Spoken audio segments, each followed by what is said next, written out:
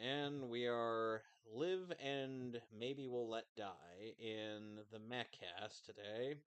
Know what a motley crew we are. Tonight, unfortunately, we couldn't find my copy of Super Paper Mario anywhere. So, I'm going to have to settle for a game that received quite the interesting reception when it first came out. Because critics loved this game. Some gamers hated this game. People like Aaron Hansen have irrelevant opinions about this game. If you ask me why I say he has irrelevant opinions, well, that's on him. One moment.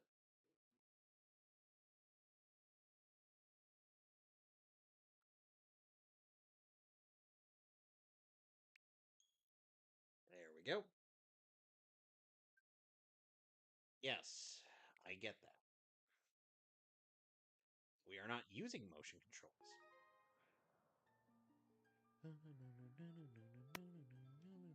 Now you can use motion controls, but you can also use button controls. I did try using the Joy-Cons, playing it a bit, but the left Joy-Cons, left stick ended up drifting a bit. Like, Link was just moving on his own. What are we naming this? This nitwit?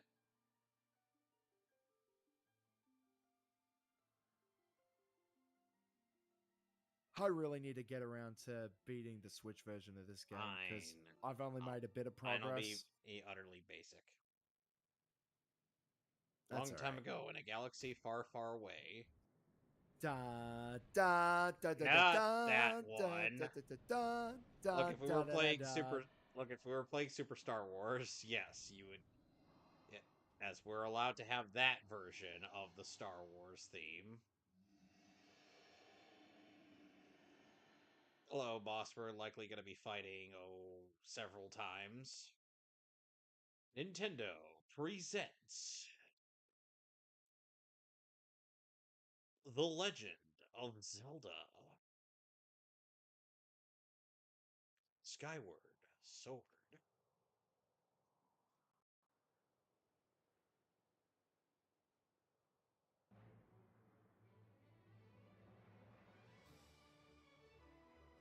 Hey, the Loft Wings.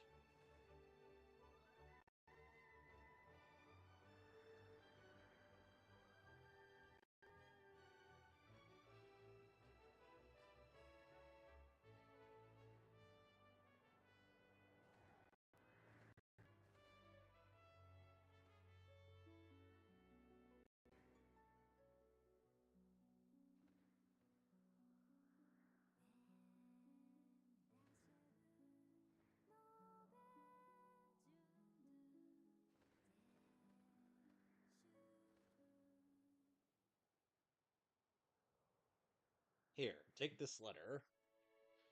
I find it weird how they all look like Shoebill storks. I don't know if a lot of people noticed that about the Loft Wings. Ugh, what did I have? Was I dreaming about last night? Roar. For some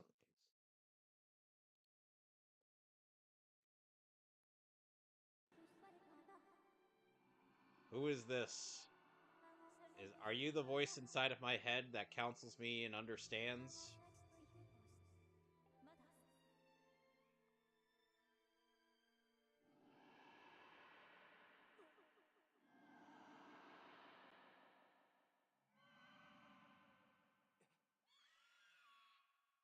Hello.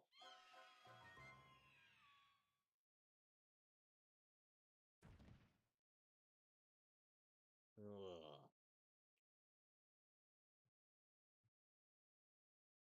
What are you doing in my room, dude? Ow.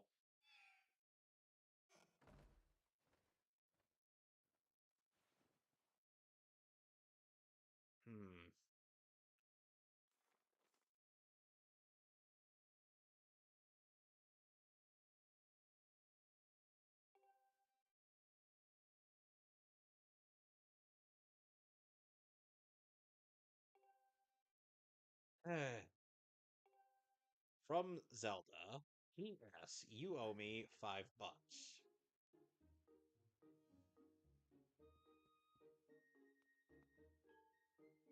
What do we got in here? Money!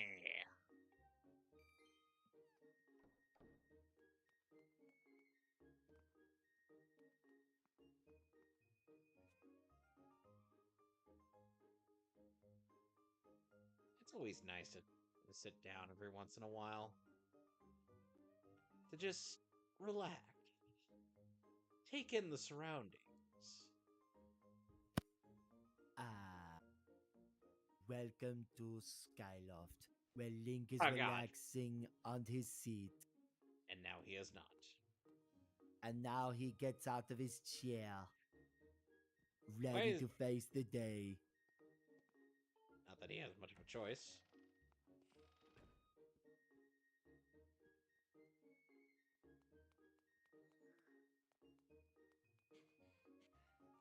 Hey, you.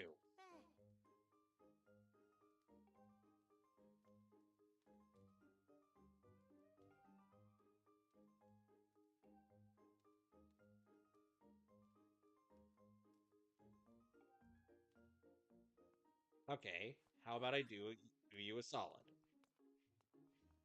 Since I'm clearly the burly, handsome, manly man, I will carry these barrels for you. Yep, and this version of Link would be in Mario Kart 8. Replaced by the Breath of the Wild version. But still played by his Skyward Sword voice, who, by the way, played Fox McCloud in the Japanese version of Star Fox 64 3D. Yeah, Takashi Ohara, I think his name is. I am burly, manly man Link. I will not be challenged. Judged by societal norms.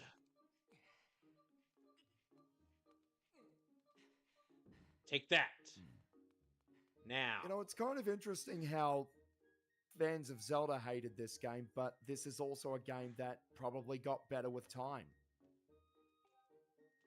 I, I, I, I- Motherfucker, you saw me carry those two, and you're giving me a tutorial? If I had my sword, I ought to smack you.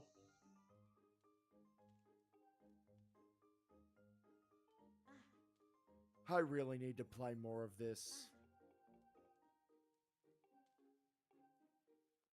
Okay, let's go talk to the elderly woman in the kitchen. You there!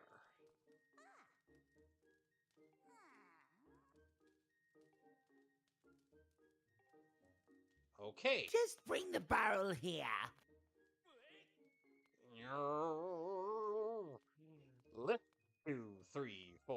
Lift, 2, 3, 4. Lift, 2, 3, 4, 5.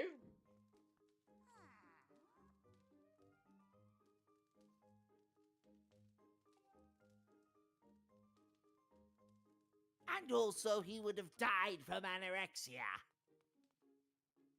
That's mean. Because Anna wrecks your life like an anorexia life. Have you ever heard Anna's song, Open Fire by Silverchair? Look, I'm looking around. Hey, you.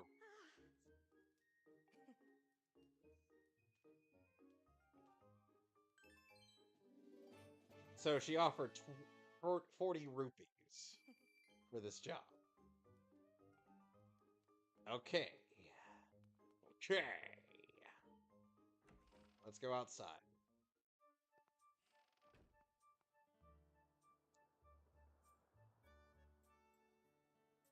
Welcome to Skyloft with open bar. Ah, Skyloft, a beautiful place in the sky.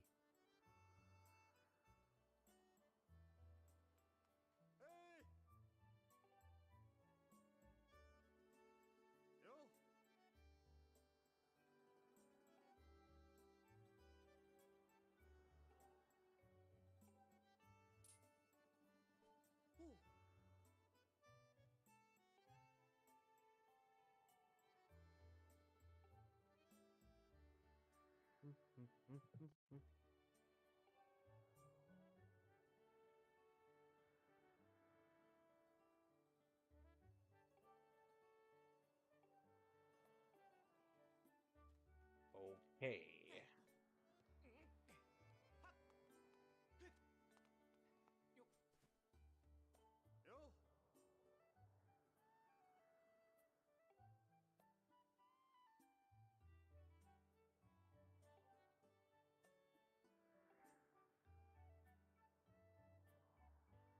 Uh,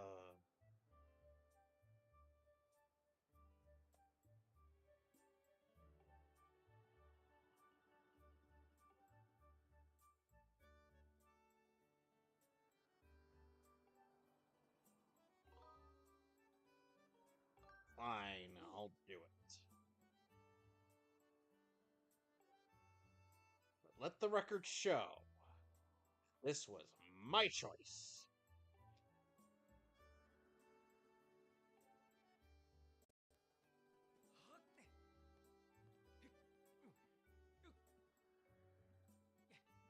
Yeah. Yeah. Yeah. Yeah. Yeah. Nyeh, Yeah. nyeh.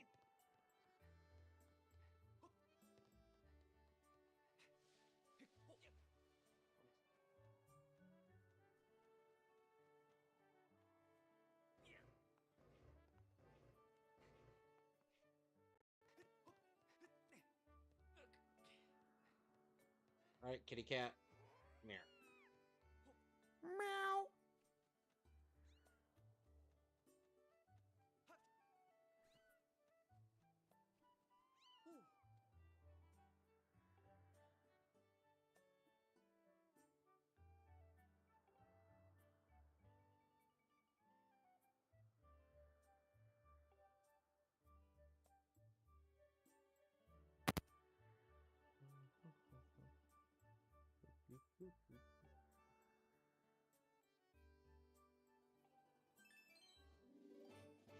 Another 20 rupees.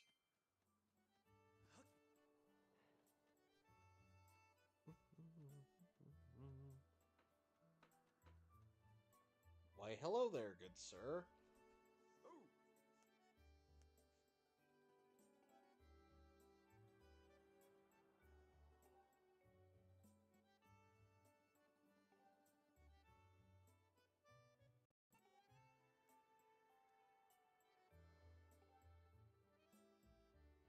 And this is the obligatory tutorial to tell you to save your game.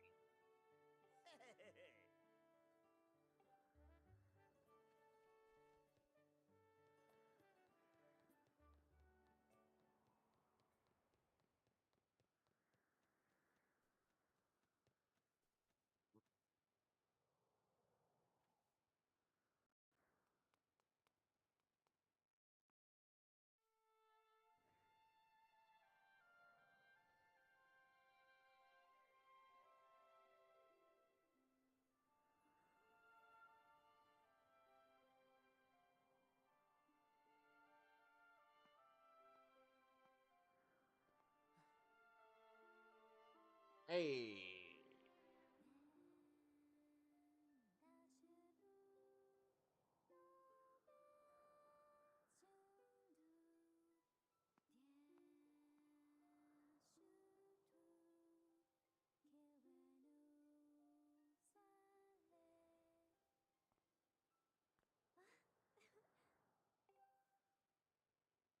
And good morning to you.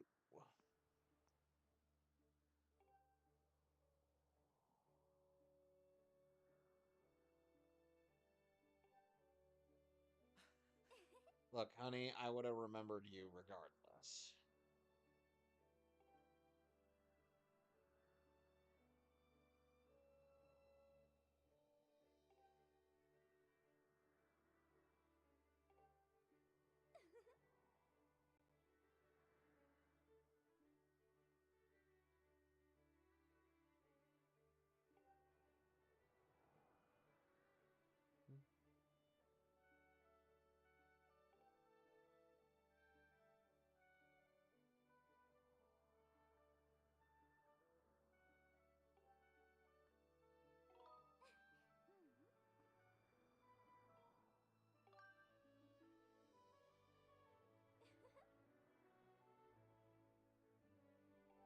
Indeed it is.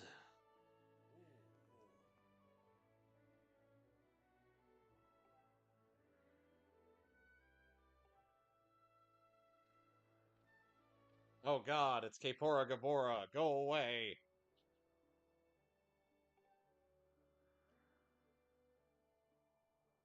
Yeah, you want to know what this guy turns into, Damon? He turns into an owl.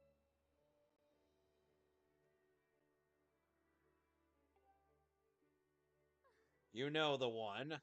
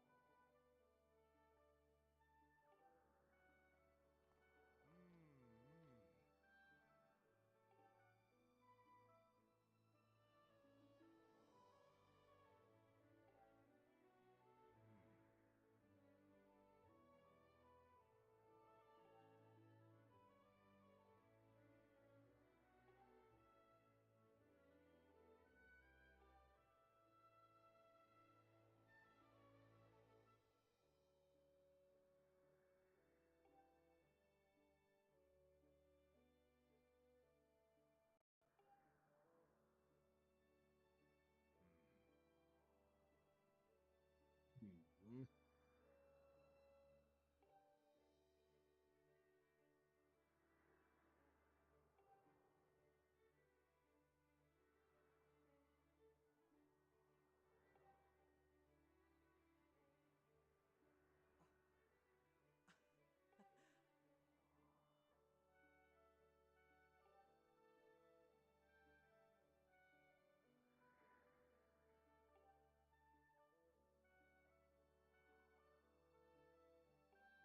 Of course it didn't.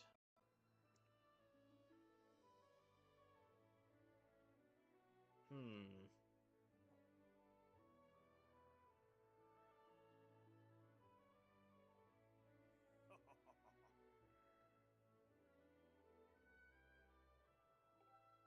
Oh yeah, definitely.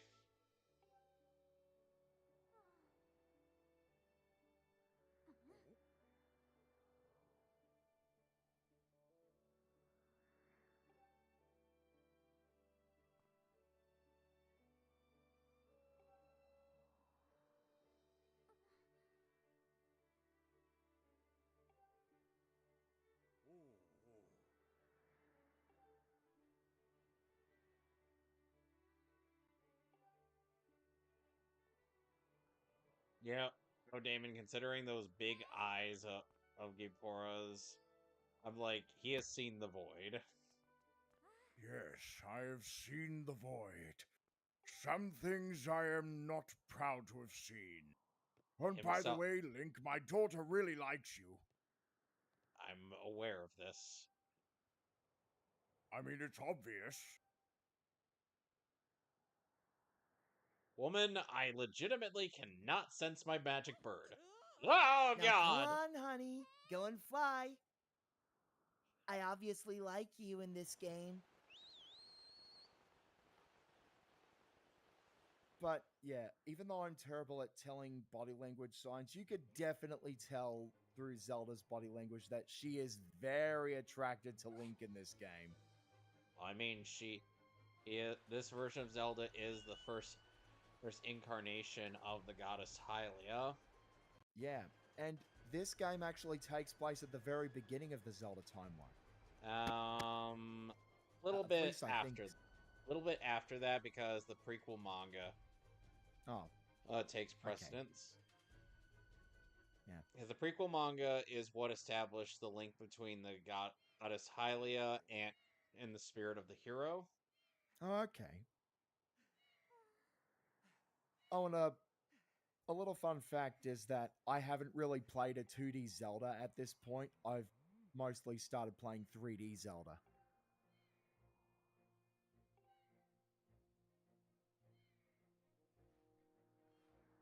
And at this point, I'm more familiar with Ocarina of Time, but I've made a good amount of progress in Twilight Princess HD on the Wii U. Neato. Yep. And I did play a bit of Skyward Sword HD, but I am definitely not using the Switch's motion controls because, yeah, the left stick, well, because there were times where Link was moving on his own, so it might be a drifting issue. But using the right stick for the sword with button controls takes a while to get used to.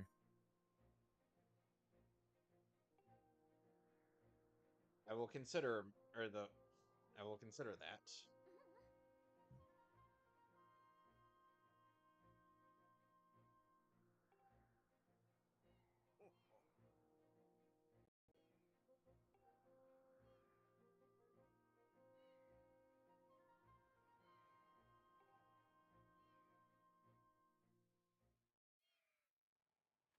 And by the way, you can actually get the Wii version pretty cheap on eBay.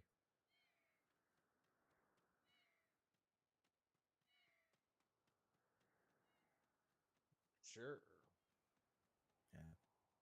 But from the looks of things, I'd say the Switch version is the definitive version.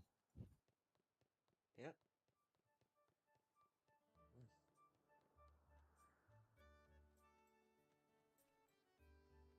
Hey, instructor I've actually I've actually noticed that some Wii games are sold pretty cheaply on sites like eBay. Like when I got Metroid Prime 3, it only cost a couple of bucks, like $20 or something. I probably forget. It was a while ago.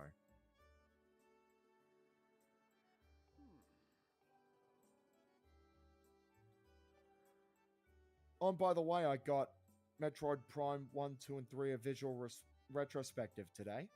The book. Cool. Cool. Stop acting like an ignoramus, James. Oh.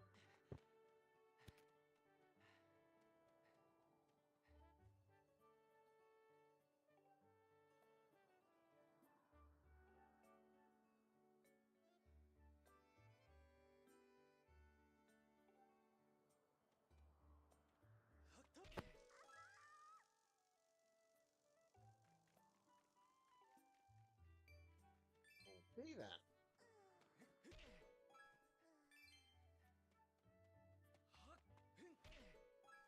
And even though I've played a bit of Skyward Sword, the game isn't really that bad at all. No. It's kind of like there's a Zelda game that fans hate at first, and then as time goes on, it gets better with time. I mean, look at Wind Waker.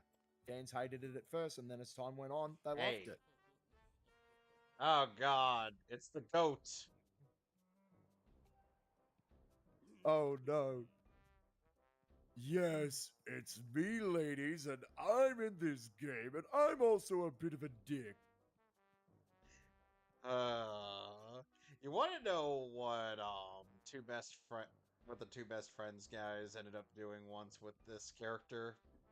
What? They took the theme that is playing right now and they applied it to that one infamous horse from Berserk. Oh god.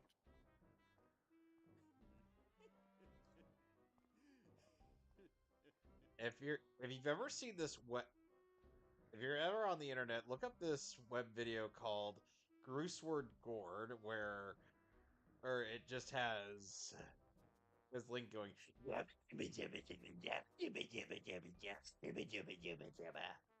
"Ah, look out, Link! It's Groose and his gang of bullies!" Bullies. Well, Okay, who let Sidney Poindexter out of the ghost zone again? well, Bullies. it's Link. Or should I say, Gene? Ah, what's your lunch money, sweet? Hey, give us your lunch money. Yeah, and then we'll beat you up, and we're going to tie you up to the flagpole.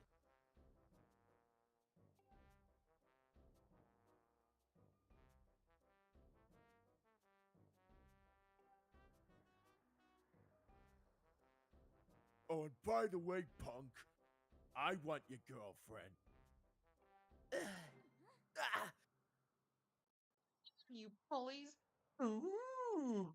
He's mine. I love the Link. Wait a I'm minute, just- why do you sound like a Tamaranian?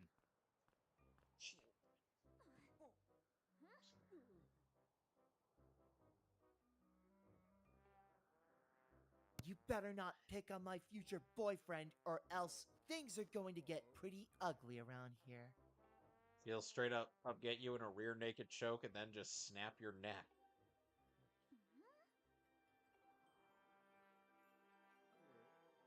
Oh, God.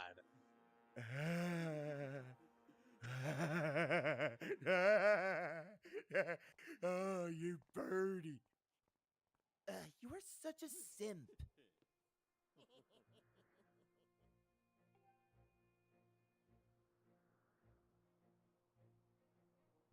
Yeah, Gru, Zelda doesn't love you. Let her go, buddy.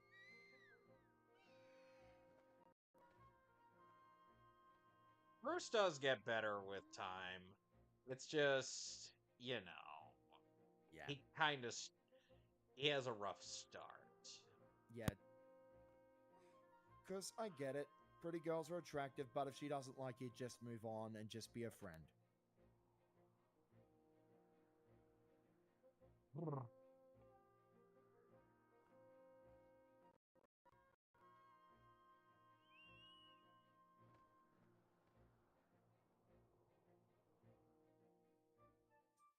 Okay, so.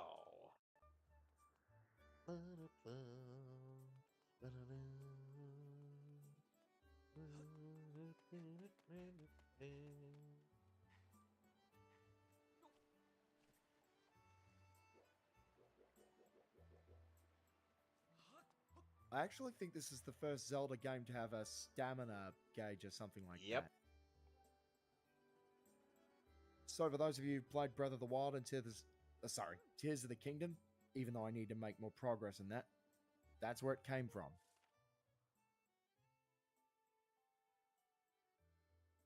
God, I hate stumbling my words.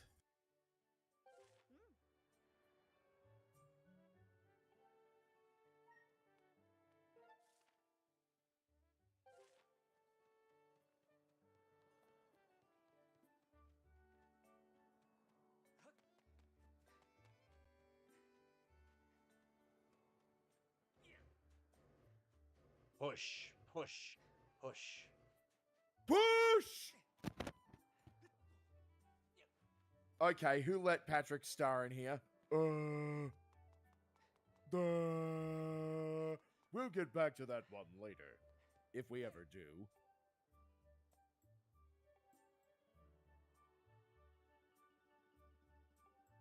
Oh, someone has useful information. Alright, what do you got to tell me?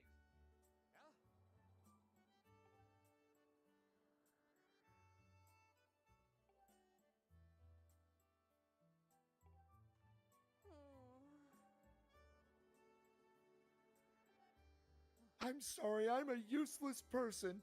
I also might have anorexia. Oh, God. The worst combination.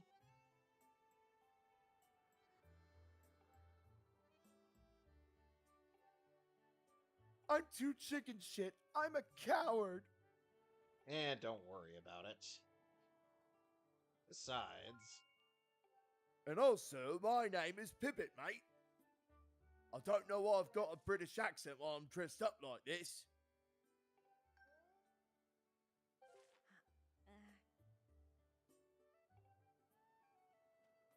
Where is that loft wing anyway, Pippet? Well, it's in the trailer, mate. It won't come out. Did you just reference a Korn music video? Yeah, because it's funny, mate.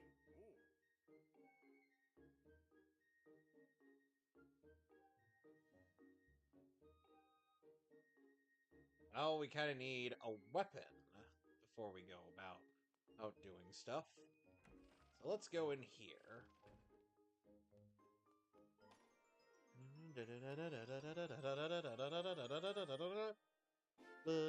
You got the thing.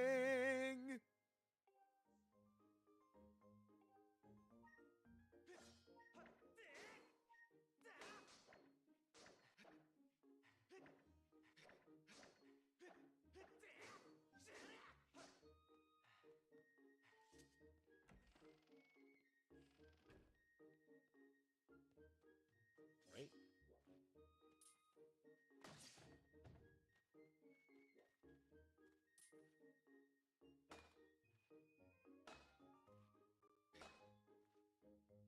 This is probably one of the few drawbacks when playing with button controls on the Switch, because it's hard to get things right when swinging the sword with the right stick.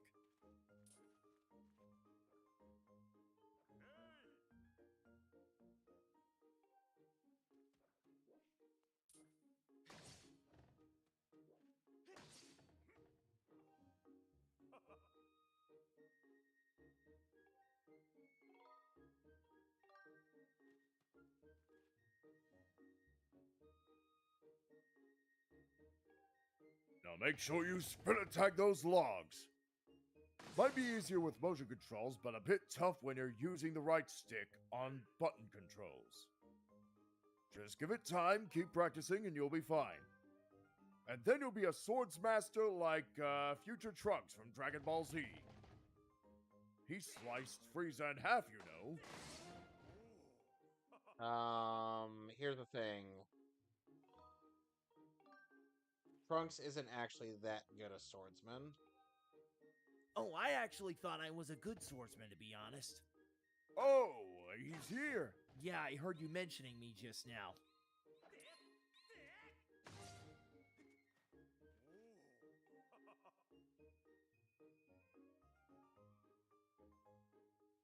But yeah, I'm more of a fighter and I barely even use my sword anyway. It's mostly for show.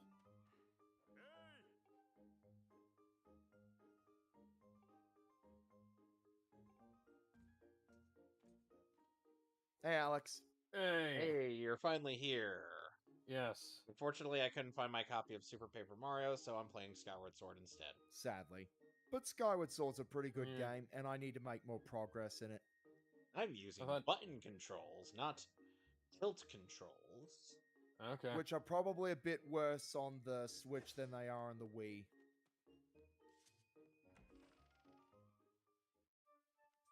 Sonic couldn't help you get the thing set up? Nope. Because he suggested using an iOS file, and that would have taken way too long to download. ISO. But ISO, yeah, yeah. it probably would have taken too long. Maybe do it best when you have a lot more free time. Either that, Or or maybe- I'll just find a way to get a new physical copy of the game. Yeah, You as could long probably- as it's at a good Probably price. download it. It's probably like what, $4 or $5? To buy not- it? No, 4 or 5 gigs. I meant. Yeah, and the game, and it's telling me that it's taking a day's worth to download. So that just doesn't make any sense for a game that So small. I've actually looked up prices for Super Paper Mario on eBay, and yes, it's a PAL release. But yeah, you can get it up to, well, $30 or less. Yeah, at the Huh. very least, it's not as absurdly expensive as its prequel. Yeah, like the Nintendo 64 game and Thousand Year Door. Good thing I did get the Switch version, but I still need to make more progress in that. But for the first two games, you're better off emulating it.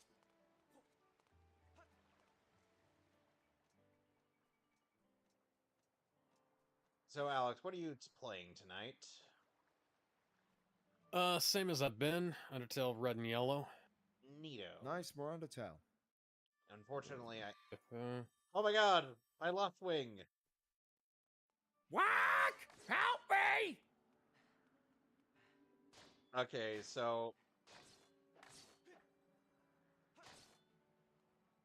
So, Alex, have you seen the legendary animation known as Gruesword Gourd? probably.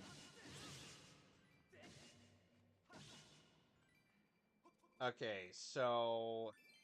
It's that one animation where Link's just wandering around with the derpiest expression imaginable, and Bruce just taunts him.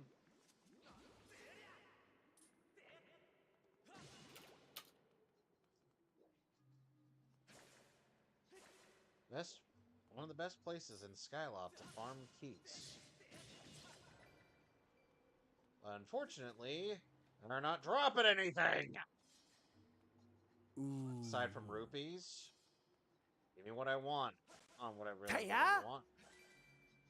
Oh, tell me what you want. What I really, really want. I wanna, Really, really wanna wanna zig a zig ah. Ooh, that's something I'll Ah, need the to good do. old Spice Girls. They say that if you want to be my lover, you gotta get with my friends. Yep. I love how Yu-Gi-Oh! Bridge tries to bait you into believing that Pegasus is the gay one, when in reality it's actually one of his assistants. Yep, Crockett or Croquet. Yes, to tell you the truth, I'm actually gay in the abridged version. My name is Croquet, and I'm pretty much one of Pegasus's suits. I love Except I'm not an asshole. I'm just doing my job. Let's watch the Spice Girls movie. Oh, not again. Oh god, that was great. I'm going to spice up your life, Kaiba boy. What are you, gay? Bitch, I might Bitch, be. I might be. That Gotta was... admit, Martin's voice for Pegasus is pretty damn spot on. Yeah, it's spot on with, Darren Dunstan's yeah, with Pegasus, but a bit more Dunstan's. British. Yeah. It's a bit more British, Kaiba boy. I love I've the, also... Sorry. give me what I want, what I really, really want. I've also Ow. noticed that Eric Stewart's James voice and Darren Dunstan's Pegasus voice sound very similar to each other.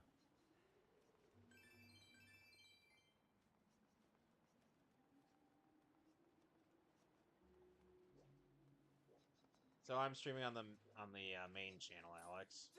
Yep. And yeah, I've been... So, what are your thoughts on the Skyward of Swords? Love it. How do you feel about the one whose opinion is not valid due to the fact that he sucks at video games? You're talking about Aaron Hansen, right? Who else would I be referring to in this context? I mean, Aaron. We know Aaron's incorrect about almost everything, so. Ugh. Hi, Zelda. Or, I'm sorry, Hot Stuff. Hi, Link. How are you, honey? Wait. Damon, I'm gonna ask you very politely to Yeah? never do that ever again. You mean the girl voice? Yeah. I'm sorry about that, man, but I understand. Let me guess, it was weird, right? Just a bit. That's okay, man. I prefer doing the male voices anyway.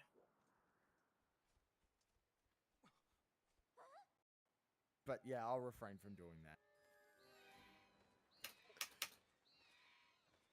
All right. So,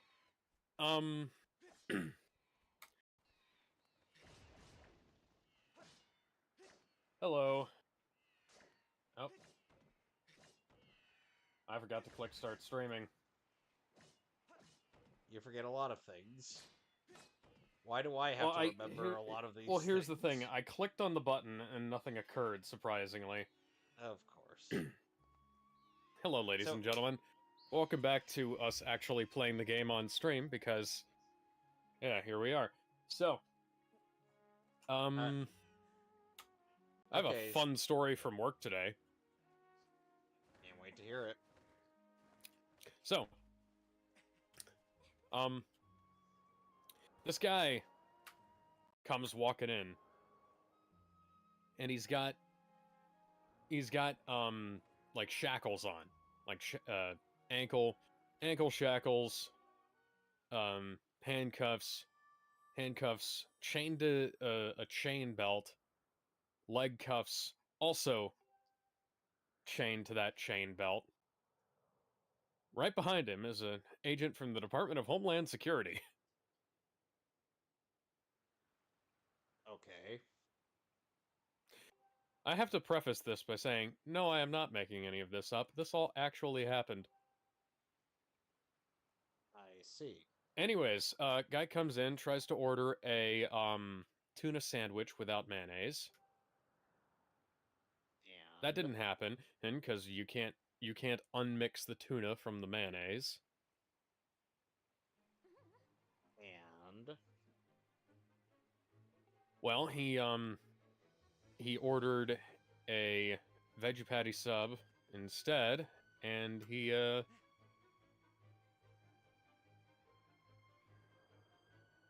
got it. The agent paid for it, and you know, that was that. It's an interesting. It's not really that interesting of a story, but it's just an interesting occurrence, I suppose. And it was like the whole time I'm standing here looking at this guy like, what the hell is going on here?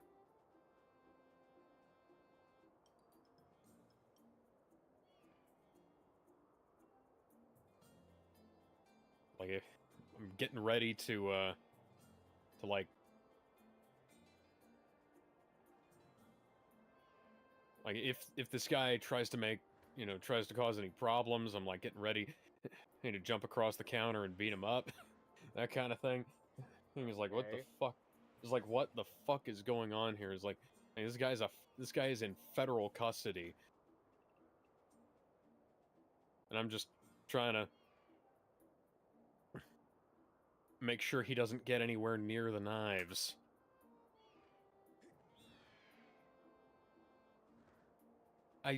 It just baffled me that that was something that happened in my day.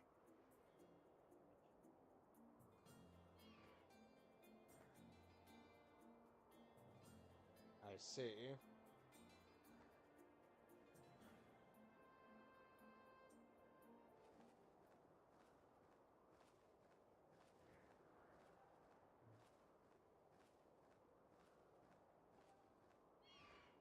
Yeah. So Alex, how do you feel about the aesthetic of the loft wings? Pretty cool.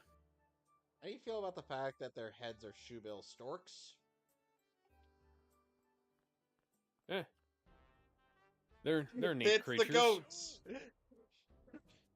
Shoebills are derpy looking guys. So it adds sort of a Shoebills- cute aesthetic to them. Shoebills stare into your fucking soul, man. Yeah. They're like, yeah, what do you want? Mm. I think a shoebill's a pretty big bird. Yes, they Apparently, are. so they've announced a live-action V for Vendetta TV show produced by No. James Gunn, No.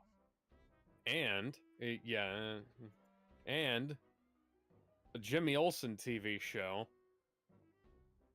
They're really as a spin-off Wait, of they're making a TV show about me? Well, About Jimmy, of the new I Superman. don't think it's gonna be this version. Aw, Gorilla man. Grodd. Gorilla Grodd is going to be in it. Alex. Brendan Fraser and Rachel Weisz are returning for The Mummy 4, Alex. and the guys behind Scream 5 are directing it. Alex, can I ask you a question regarding Gorilla Grodd's presence in the quote-unquote Is Jimmy he- Olsen show? If you're going to ask me if he's going to make America Grodd again, I don't know. No. The question was based off of the fact that Jimmy Olsen has, according to James Gunn, become a Riz Lord. Is he going to find a way to Riz up Gorilla Grodd of all people? God, I hope not. Or Grodd, I hope not. Grodd be like, so, you are the one they call James Olsen. Yeah, why? I hear you are quite the specimen. I need an adult. I am an adult. That's how James Gunn would write it. Oh, he'd be more shameless than that somehow. And then Jimmy Olsen And would there'd be a just lot more swearing. Yes, and we'd actually get to see the gorilla sex on screen. Yeah. Let's see And- here. And James would just be like, hello, Miss Slade? I just got pounded by a gorilla. But you look Figuratively fine. or literally? Yes. Okay, then. I did not know my ass could stretch that far. Oh, God. Yeah, I was hoping it was gonna be like, you know...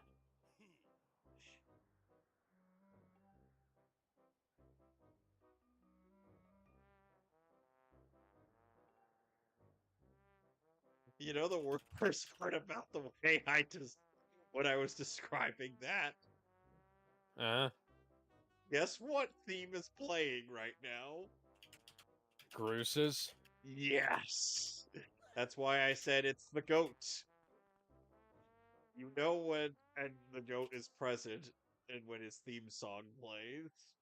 30 is the limit on head dogs. And then Jimmy just grabs Clark by the collar, fully knowing that he's Oh! Superman. And it's like, motherfucker, where were you when I was getting pounded by a gorilla? Figuratively or literally? Yes! Oh, Jimmy did leave Superman in the void, so... Yeah, but here's the thing. Superman willfully went into it. Superman turned himself in. Jimmy went into this situation as a completely unwilling participant.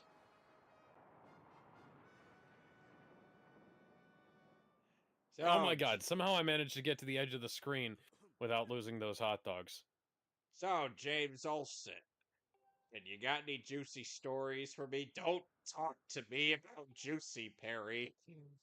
Do not talk to me about juicy. Because I was all juiced up by some goddamn talking gorilla. You're gonna have to run that by me one more time, Mr. Olson, because that sounds like something out of a comic book.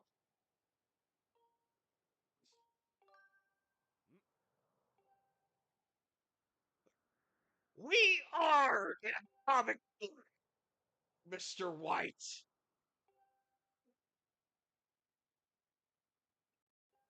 I have seen the void from what I have experienced. And you want to know what happened? It looked like a gorilla. The biceps are also wearing sunglasses. But you want to know how badly it would happen according to James Gunn, Alex?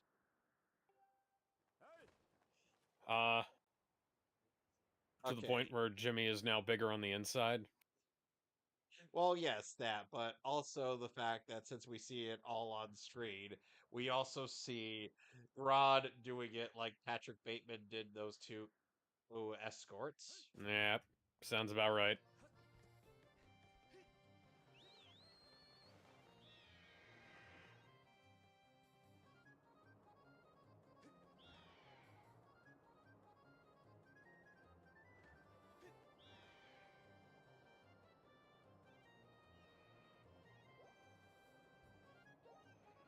I forgot these aren't inverted controls.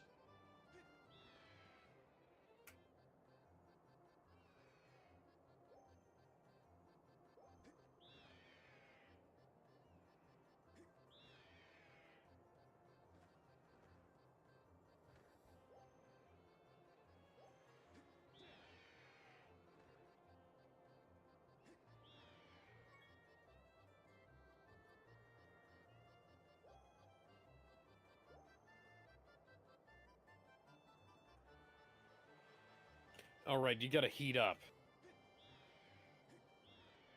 Then you can spare him. Cooldown just makes the attack go down.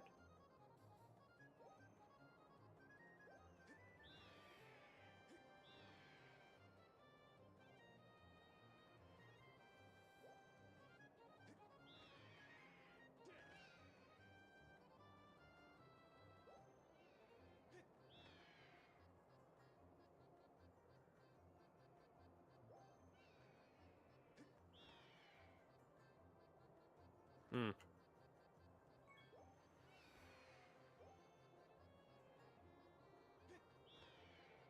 I mean, I don't really need anything else. I'd have to just sell it anyways. Ah,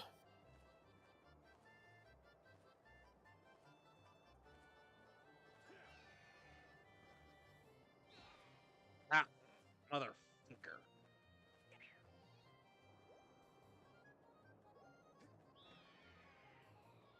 Great. Ow! Oh, Groose and his posse are cheating.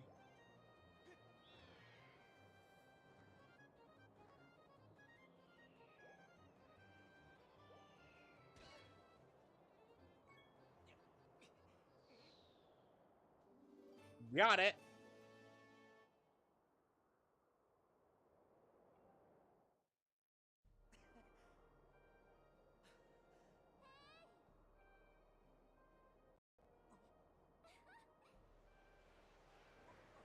There's also something else I wanted to bring up today. Let me just take a small pause here, and I gotta go back through some old messages and find this. Damon, you had a question that I missed. What question did you want to ask the people in the server? Because I just apparently I missed that. Oh, never mind. Don't worry about it. It was mostly just, I don't know.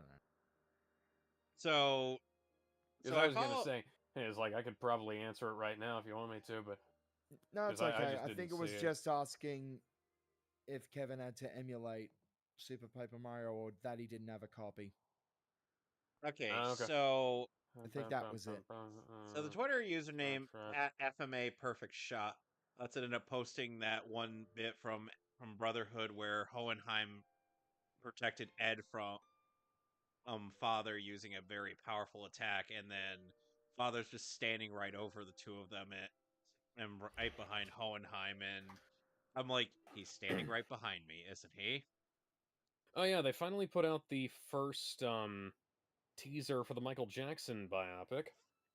Nice. Oh, Michael Jamal! is played by his nephew Jafar, and I gotta say, first time I looked at it, I did not realize that wasn't Michael. Damn. Like I thought it was just a picture, and then I saw that it was associated with that, and I was like, oh. Like from certain angles, it is really obvious, but you're not gonna recreate anybody 100%. That being said, you don't want to do things that are like you really don't want to do things like, for instance, like the guy they cast as Dr. Dre in Straight Outta Compton, like he did a great job in the role, but he didn't look a thing like Dr. Dre. And aside from Ice Cube, like Dr. Dre is one of the most publicly known members of the NWA, right? Yeah, NWA. It was like in my head, I mean, it was like, wait, no, that's National Wrestling Alliance, and then I had to correct myself. No, that was right. By the way, we are now at 503 subscribers on YouTube. Yes, we are. Nice. That's another thing. Rightfully deserved. We've reached 500 subscribers a couple of days ago, and now we've got 503. We also have a bunch of comments that YouTube did not decide to notify me about, and so I had to go back and look through manually. But that's cool. We got ourselves a bunch of new subscribers and a bunch of people talking about our stuff. To the one person who said, "Ed, how did you guys not notice the one guy was muted the whole time?" I think if you're talking about Bender's usually muted unless he has something to say. If you're talking about me while I was having those issues with my audio interface, that wasn't me being muted. That was just something that went wrong. And it's part of the reason why I have to be kind of careful about what all I have running while I'm recording. Why were you guys rewatching Death Battle? Huh? Why were you guys rewatching Death Battle? Well, we're working on something else, about it. There's just a little video essay that we might be working on. Oh boy, Not gonna say too much because that's probably a few months out. But yeah,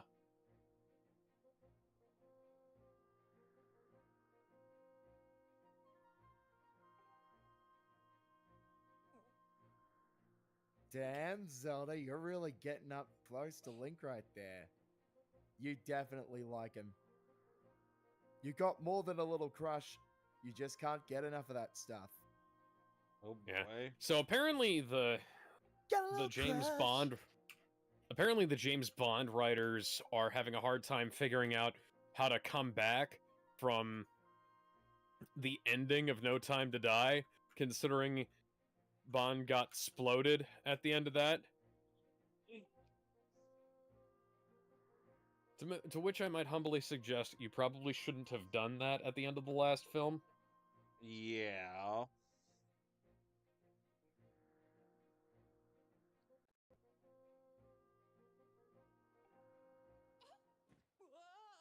Ah!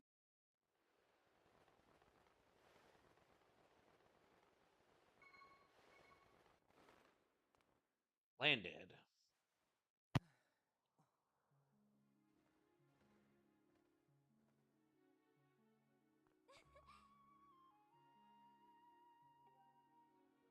I wish I could auto advance this dialogue so, You know, I think I know who would be perfect to play this version of Zelda.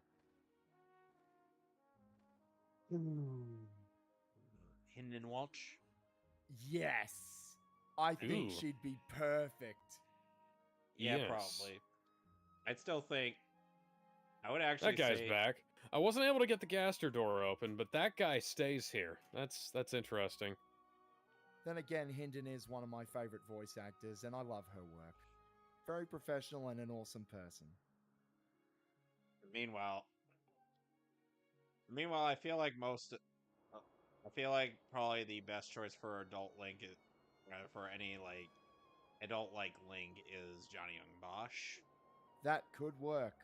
I was gonna say Jason Griffith, so we can go full Sonic on that. Well, excuse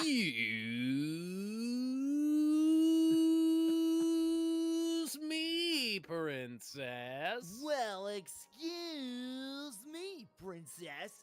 And now I sound like Sonic for some reason. But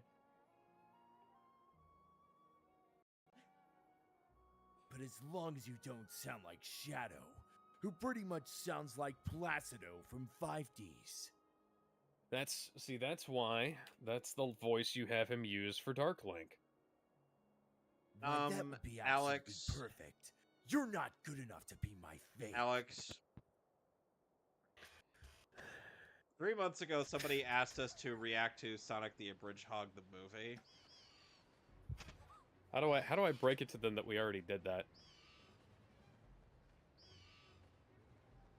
Link them to the video, in which we did that. I probably ought to, actually. It's in the comment for our reaction to episode 6 and 7. Okay. How How did we only get partially blocked for Sonic the Hedgehog? We got partially blocked and he had the video taken down. And people have gone through us to watch that. That was funny. I felt wrong, but at the same time, I get it. Mm-hmm. Oh, that's what I was doing. I completely lost my train of thought there. Of Hey, what I was trying to do, and I just wandered back. One fan casting that happens. somebody had for this character, Fi, it was Kari Walgren. You know, that could also work. Wake up, bitch.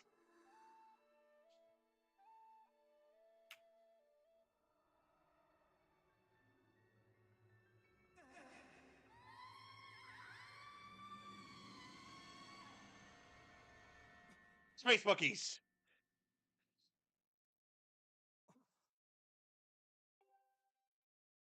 By the way, I've Alex, been watching you while you sleep, Link. You seemed like you had a nightmare. please tell me you don't watch me when I punch the gopher. What? What? The what? No. I They mean, just if I saw you punch the gopher, I think I'd know. he ends up getting the innuendo wrong. It's supposed to be choking the gopher. Oh, well, I don't Boxing. understand what choking a gopher would mean. Are you Would it be an are actual you animal? engaging in boxing matches with gophers with small ground-based creatures? I've got bad news for you, though, Mr. Gabora. One of these days, you're gonna be turned into an owl, and nobody's gonna like you. Oh, an owl. Let me guess, does he blather on about tutorials and asking, did you hear what I said? Did you catch all that? And it defaults to no instead of yes? Literally, yes. I don't think I'd want to be an owl. But unfortunately, it seems like Destiny's got that planned for me.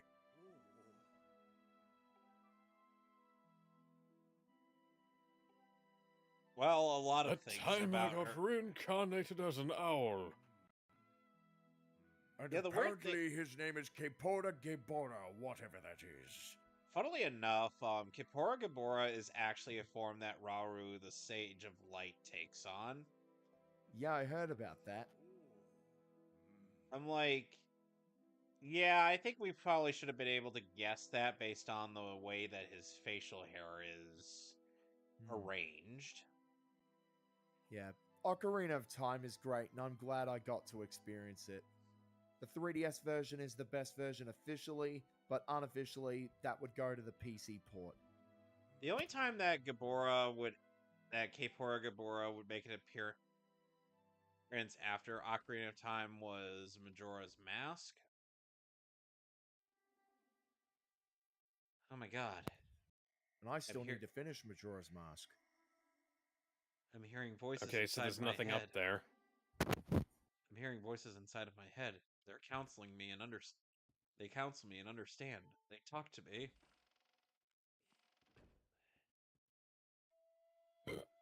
Excuse me.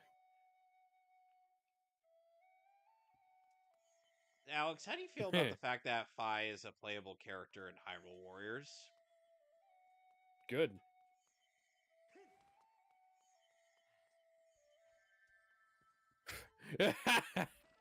Do you figure that's a good thing? You know, it's Hyrule Warriors, and we need to have more characters. Why do we need to have more characters in Hyrule Warriors? Because it's Hyrule Warriors.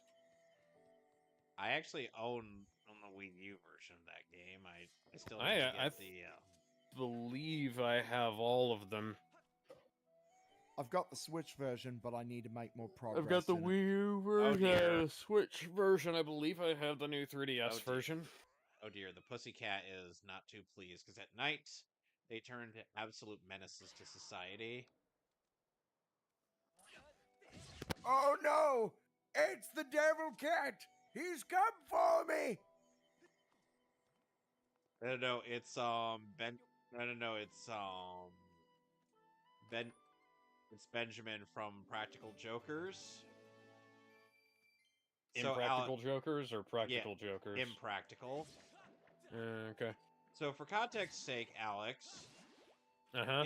in Impractical Jokers, some of the time, whenever Sal gets a punishment, they bring in Benjamin the Cat, which is a dude dressed in a black cat suit, to get on his Okay. case. It's actually kind of funny.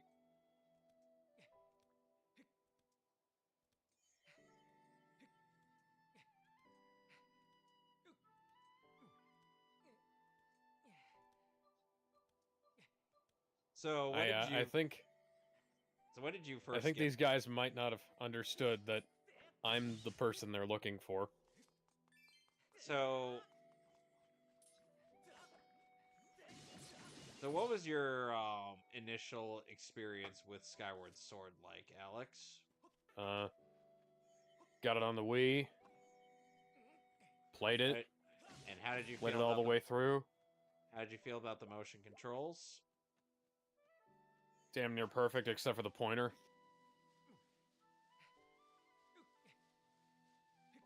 How do you feel about the Switch port? Haven't gotten to playing a whole lot of it yet.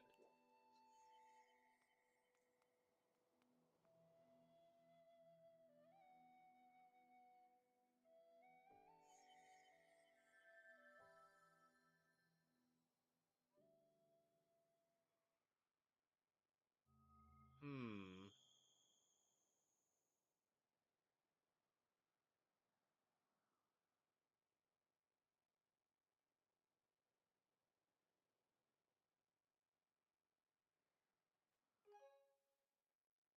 A sec.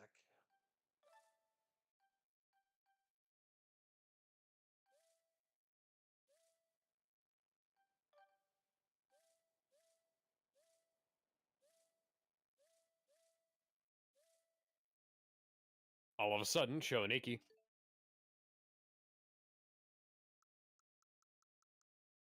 Moment, gentlemen.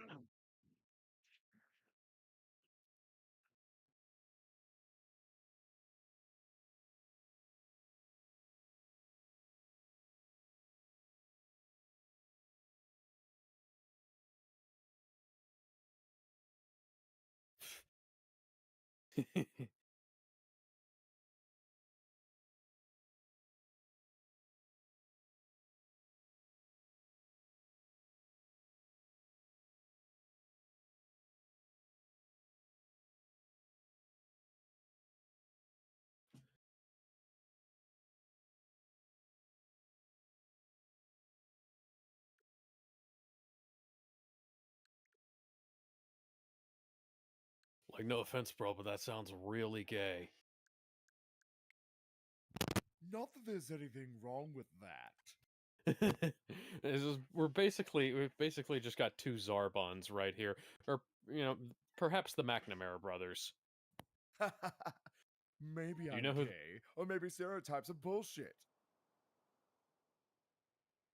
Yeah, go ahead. I'm sure you have no idea who the McNamara brothers are. Nope, probably not. Two bros chilling in a hot tub.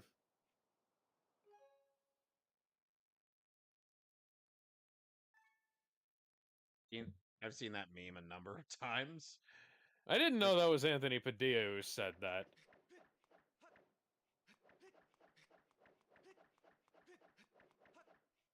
Just testing in the motion controls. So I'm trying that out.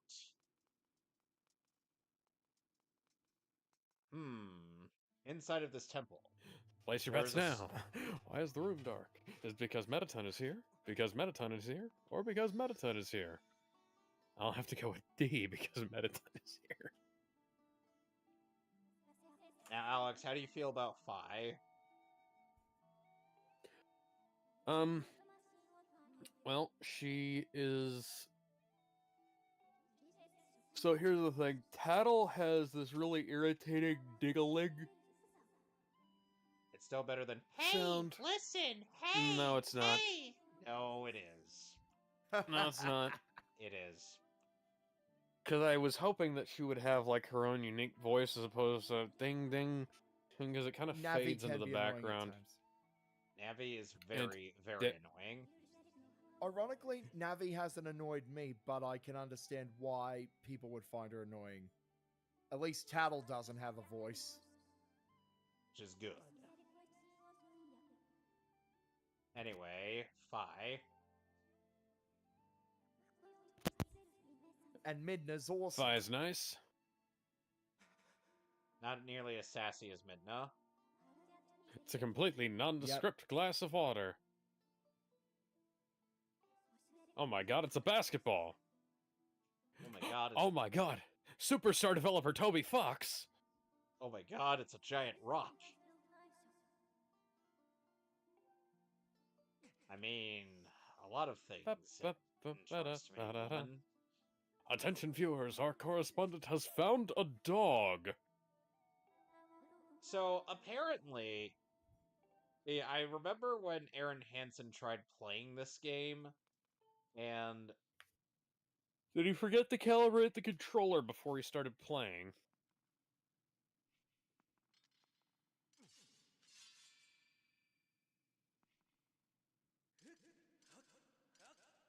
come on, there we go. That took a little bit.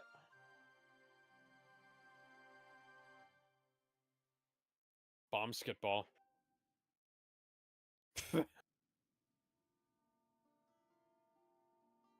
You remember playing bomb skitball, right?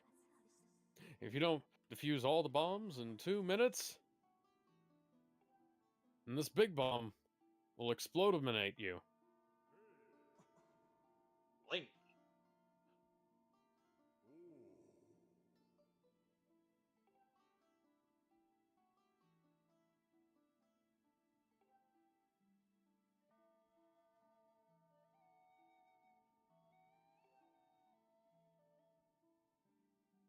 You know, Alex, they say that it'll be time to cut some bushes down. And without his bomb bag on him, he will surely frown. And it's time to kill the bushes, because he's the only one who can.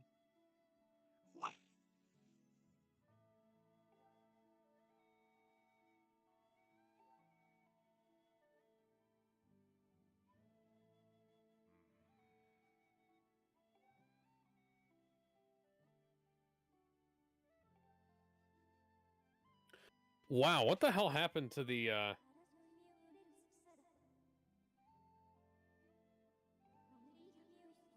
fight section? Wanna know what happened to the fight section? It was swallowed. Like, it just looks like it's anti-aliased.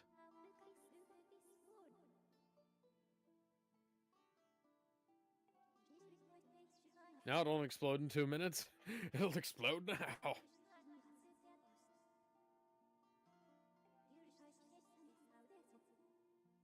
Why did I explode?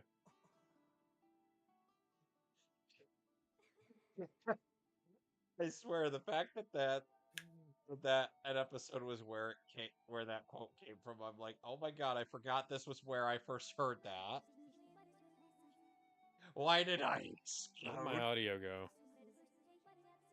Where did the audio go in the game, guys? Turned invisible. Invisible audio. Yes, invisible audio, like an invisible Here's your cloak human. that I stole. Okay, so I can hear you, Can you hear me? and they can hear me, But can they hear me? and now I can hear Alphys. But I couldn't hear her and Metaton during that exchange. I can't remember if that was You got the an emerald issue tablet. with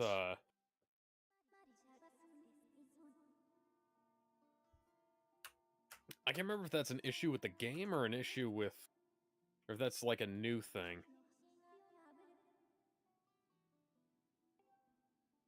It would not have exploded. I mean, Frisk would have exploded, but Huh. I forgot to check them while I was too busy running around.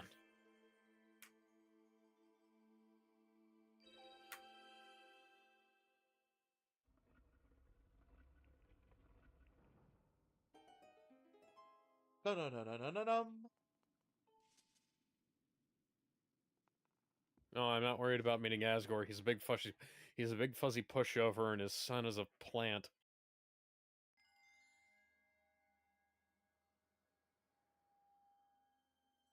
Does it look like I'm not smiling? Does it look like I'm not smiling, Doc?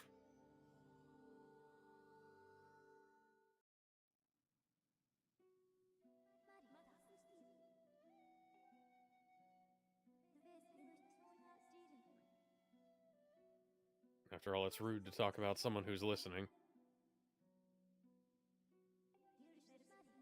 It's even ruder when you continue.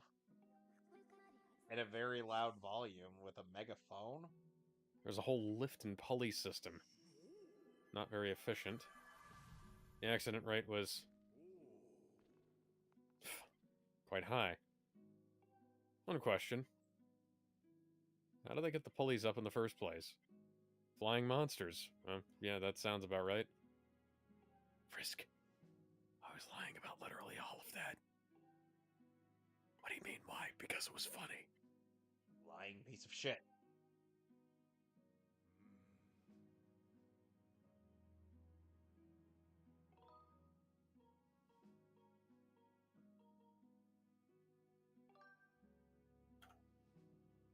You know, the funny thing is that the way that this motion control is presented, it's like, you would think I'd have to have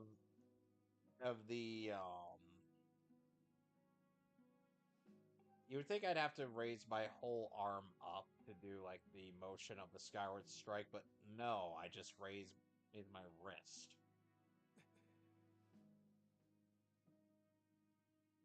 I'm like, that is the least amount of effort I would have to put into something like this. And unlike in previous iterations of the hero's outfit, and Link is actually wearing pants.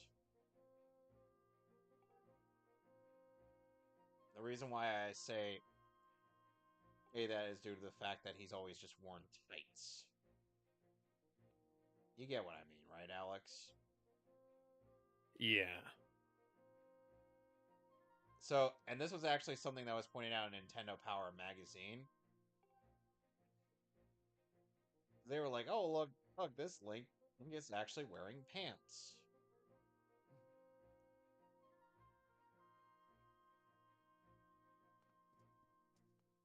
$9,999. 9,999. What do I have? Hey, Fledge. I have the Spider Cider. I need to sell the burnt pan.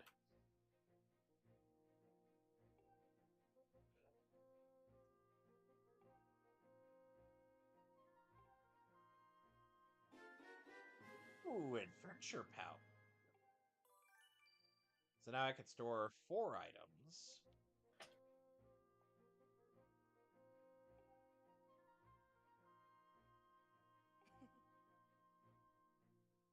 You know, Aaron Hansen gets mad at this game for, quote-unquote, giving you a lot of stuff at the start, as though to rob you from looking for stuff off along the way, and yet he will praise Link Between Worlds, which lets him do that. Yeah. Yeah, it lets you essentially rent all of the items you'll need for the game right off the bat, but the only reason he excuses that is just because you can only rent them and then later buy them. I'm like, I find that a bit more egregious.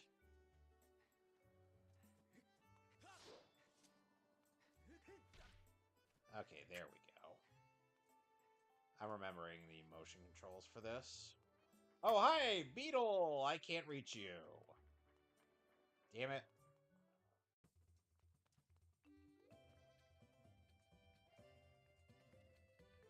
I forgot I have access to the dimension box.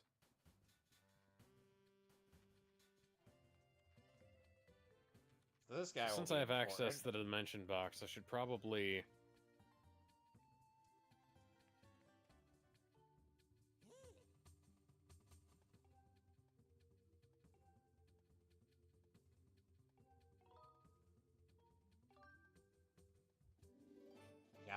Got a wooden shield. Here.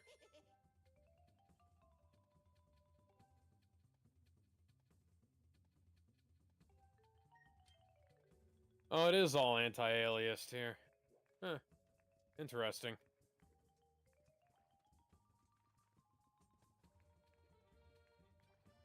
That guy is creepy. his hot wife.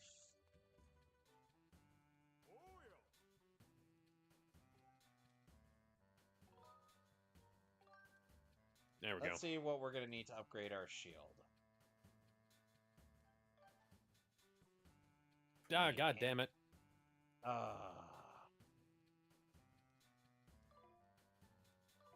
Well, at least it's...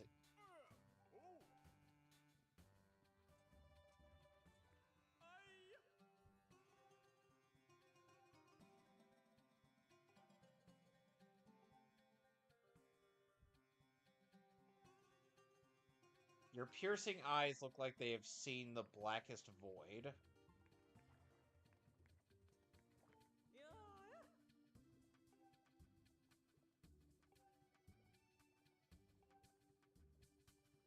Oh yeah, they've announced a new Deathstalker movie.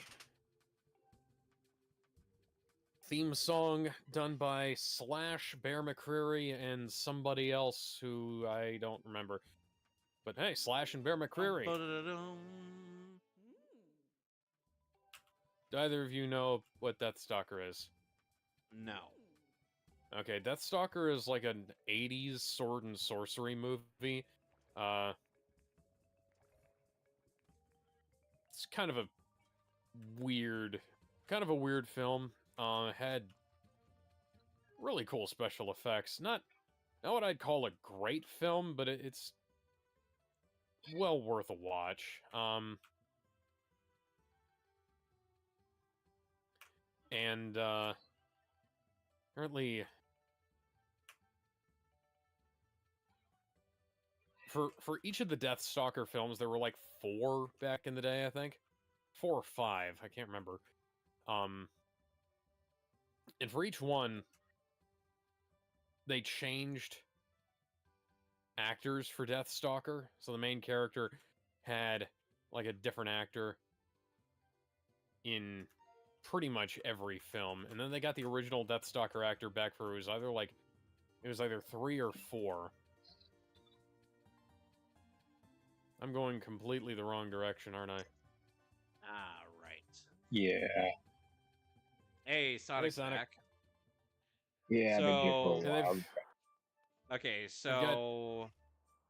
I realized that I can't purchase the butterfly net without the slingshot because I need to be able to shoot down Beetle's shot to get Beetle's attention.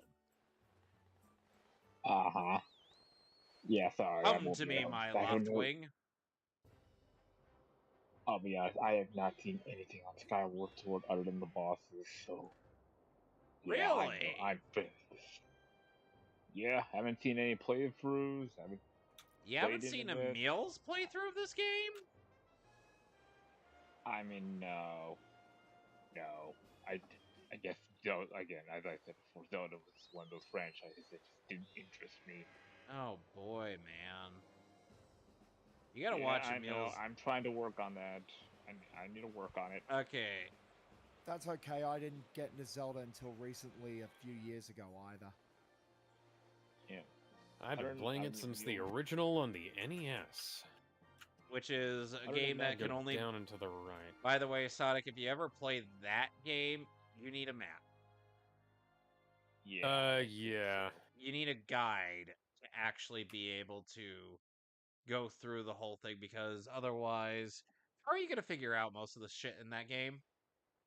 Well, there's some really agree. obscure crap in that game. Yeah, that's exactly why I But said the best way... Unfortunately, that's the game I would say is one you can only really enjoy if you have a guide. You can get a mod for it that when it- unlocks that changes Guide some of the panel. graphics to be a bit better and fixes some of the Oh, and- more Oh, and some of the weird shit that goes on from the localization. I think you also have that one aspect that allows you to use a slash that covers 180 degrees. There's the Demi Village. Essentially, Honestly, yeah. yeah. Mhm. So, welcome to the sealed grounds. We're going to be coming here quite often. Oh boy. Alex knows why. because he's played this game. Mm. Oh, hi. Again, Oh, hey, I Deku mean- Baba. Ow. Motherfucker. Yeah. Yay, Jelly Blob. Oh boy. Gonna need some of those. But yeah, my only experience with Zelda in general is mostly either the memes or whatever countdown videos, whether it be Josh Porch or Harka playing. Josh? Internet. Josh Scorch. Mhm. It's odd how Josh is. I feel like Josh is one of those people that one of the either him or Autark or Flame is one of the people who dislike like Ocarina of Time. I'm just, Also Green Scorpion as well. He did some videos on Zelda as well. No wait, I don't know. Was it Josh or was it Green Scorpion that did a Zelda month where he just did a bunch of countdowns of just Zelda? probably Scorpion. Yeah, I think he's more of the weapons guy. Yeah, whatever. Either way, yeah. I need to do something about my Zelda thing. Thou must. Moment. I just need to figure out where am I gonna start? It's the question.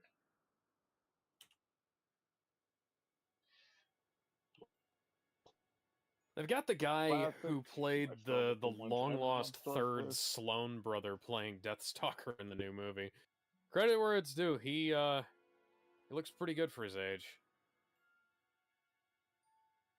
Oh, Patton What else? Oswalt's in that film too, and they've got some really neat looking animatronics and miniature work and stuff like that. It doesn't look like it's gonna be super great, the new Deathstalker, but it looks like it's gonna be, at the very least, well worth a watch, and it's got a decent enough soundtrack from what I've heard, so I'll give it a shot. Why not? yeah, if it works, it works. Yeah. I don't know. I mean, maybe I'm the only one, but has anyone else had those franchises that everyone has talked about, you just haven't tried? For me, I for the know longest Zelda's time, it my was thing. Kingdom Hearts. Trying to think. Five Nights at Freddy's is one that I'm still not.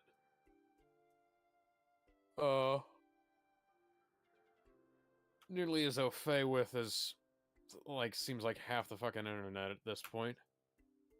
Most people seem to have at least played it. I got as far as watching the movie. I really liked the movie. The movie But, was alright. and I'm looking forward to that sequel they've got coming out. I was actually in a film with the security guard who dies in the start. Really? Yeah. Cool.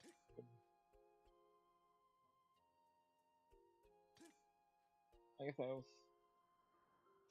And then again, I guess it's fine now. I guess it's fine after a bunch of the games are readily available a lot now these days. So I mean, you probably can get a lot. Half-Life is one of those fair series price. that I own all of the games. The thing is, like, I've just only ever played the PS2 version of Half-Life 1, and I never finished it.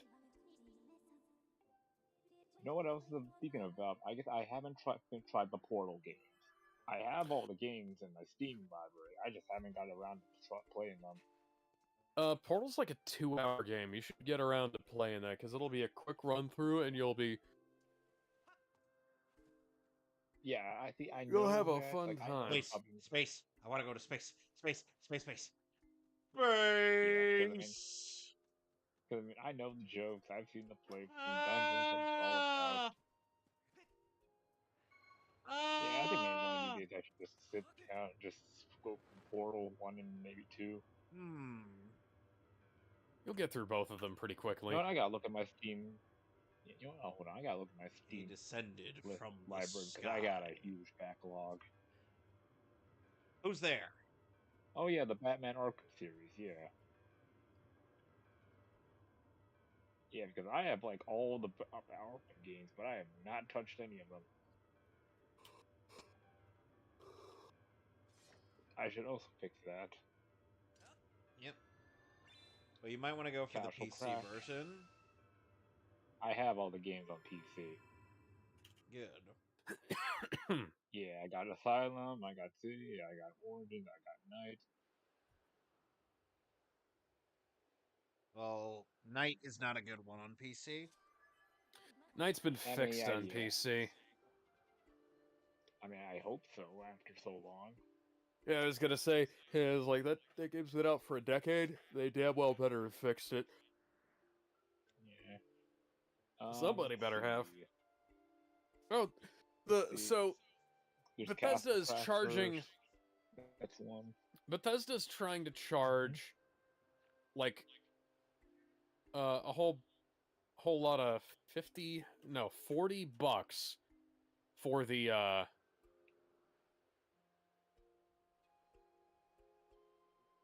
the Yes. upgrade You good? for Believe in you. Fallout 4 for the PS5. Which is stupid. Oh yeah, monumentally. Sounds dumb. Who would buy? Who would buy that? Who would buy that? No. No, don't answer that question. I already know who would buy it. You See, might I got a buy- copy for free, and I still haven't played Fallout 4. Actually, I've got the Game of the Year edition somewhere that I think I paid like $5 for, and I still haven't played that either. Fallout's one of those series, like, I really like it. Oh, hi, Goner Kid. Oh yeah, Doom. I haven't played the Doom games, the new versions. I played the old Dooms. I haven't played the the new Doom games, like Doom Eternal and Yeah. Doom. Or the Dark Ages. There was also, let's see, there's also Nier Automata. Yeah, I haven't. Yet, Overwatch. Overwatch is one of those games where the the joke is that the pornography outlived the game Look, itself, man, I but don't that's have actually any true. interest.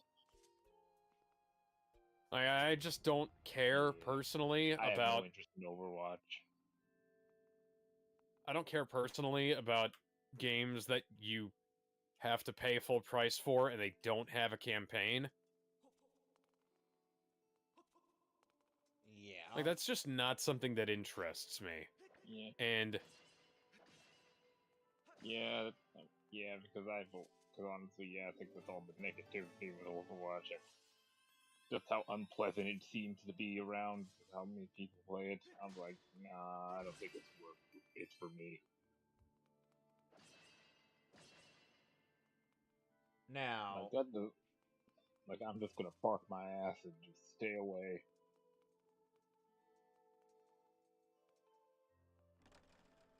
God damn it, this door's locked.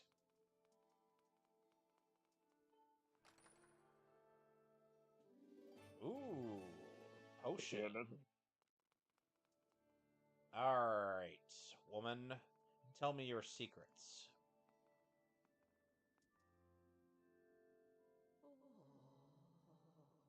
You know, it's kind of funny. Yeah. It's kind of funny to Ah, me, there's the Alex, bench. that yeah.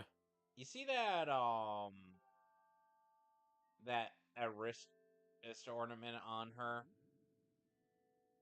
Yeah. Yeah. We see that.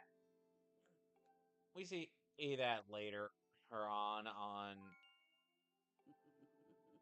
Zelda at one point, and well,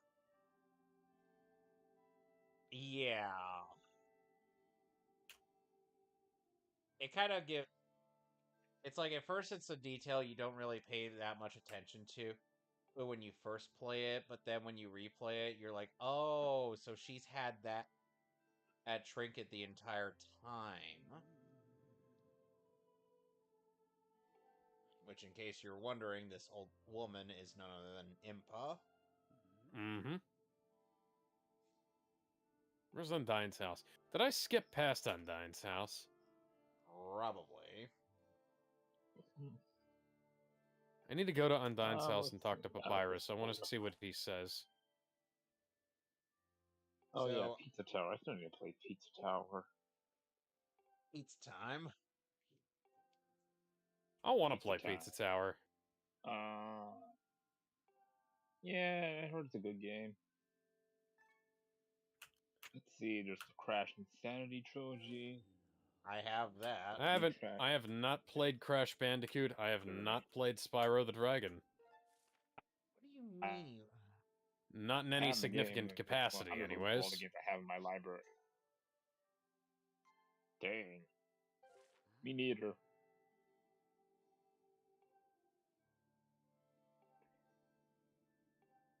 Yeah. Let's see. Oh yeah, I forgot I don't have. Alright, I don't play Kingdom Hearts 3 yet. Jeez, even I've played through Because I that also still have game. that. I mean, That I was, have all the Kingdom Hearts.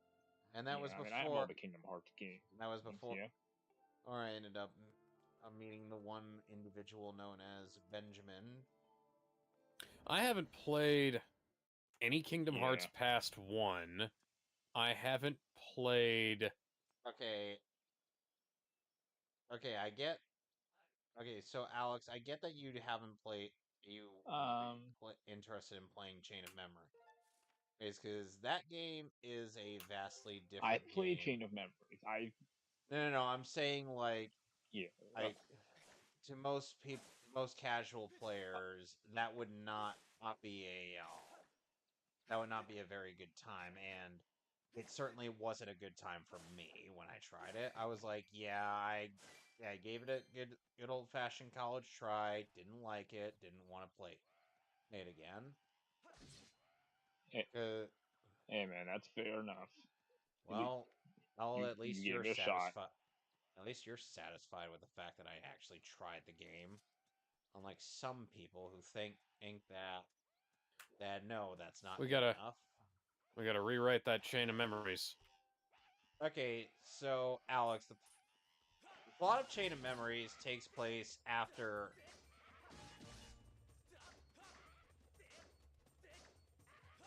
I'll be honest. I kind of thought the Chain of Memories. It takes place after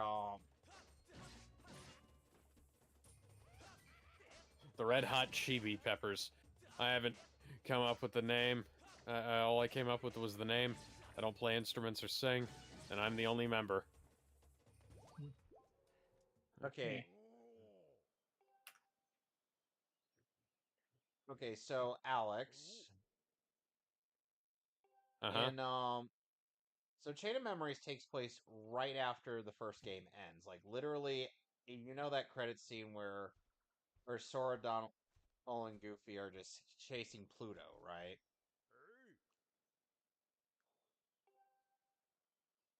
Right. Right. Yes. Alright. Okay, good. So essentially, they end up losing Pluto along the way, but then they end up getting encountered by a enigmatic figure in a black coat. Who goes by the name of Marluxia. He essentially tells Sora, "Follow me, please. It is most definitely not a trap." Okay, I believe you. And Sora ends up following him. Sora, Donald, and Goofy end up following him into Castle Oblivion. Meanwhile, Raikou, or Riku, as more would know him as, Riku gets Raichu?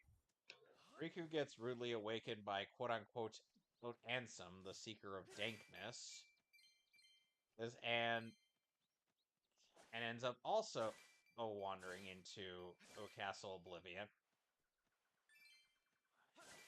and where he's apparently there with Mickey. Yeah, because Mickey was with Okay. Riku when they closed the door to darkness. So, Yeah. Mickey Dolenz from the Monkees? no. Sadly, no. So Hey, Sora with the being monkeys. People so say monkey around. so Sora Is so singing. Sora being the idiot poop face that he is, walks into Castle Oblivion, and he, Donald, and Goofy forget their abilities. They can only attack using cards. Typical RPG. Typical RPG rules. You get new powers, but then you just forget them next game because plot.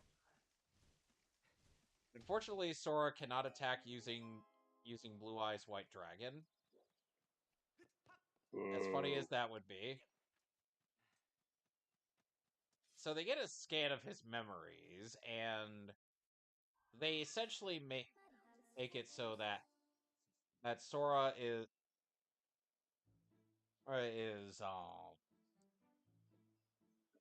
so that Sora ends up traversing through the previous worlds he's been to, fighting the various bosses from said worlds in card battles, mind you, as well as You members of the know, members of this group known as the Organization 13. I'm going to defeat you in a children's card game. Yeah. you know what I always feel Xehanort? Chain of Memories was? If if Kingdom Hearts was a if Kingdom Hearts was some anime, this would be that weird recap episode. Except it's not a recap episode; it's actually part of the plot. But it feels And like filler. yeah, and Sora has to go Already been through here. through a Where the handful of hell is Undyne's house? has to go through members of Organization 13, such as not only Marluxia, their leader, or at least this faction's leader, but also a scientist by the name of Vexen, an ant who is the only person who tries to tell Sora not to keep going, whereas Marluxia and his partner in crime, Larxene, encourage Sora to keep going, as well as best member of Organization 13, in Axel. Got it memorized? Got it memorized.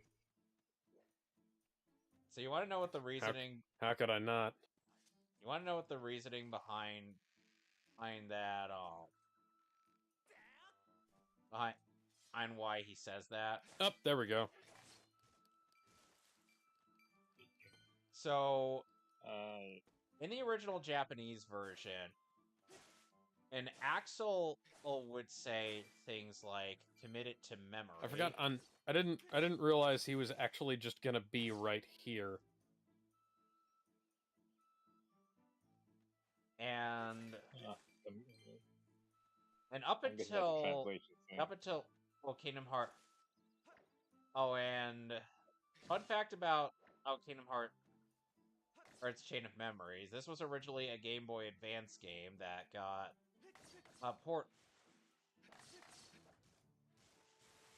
ported to.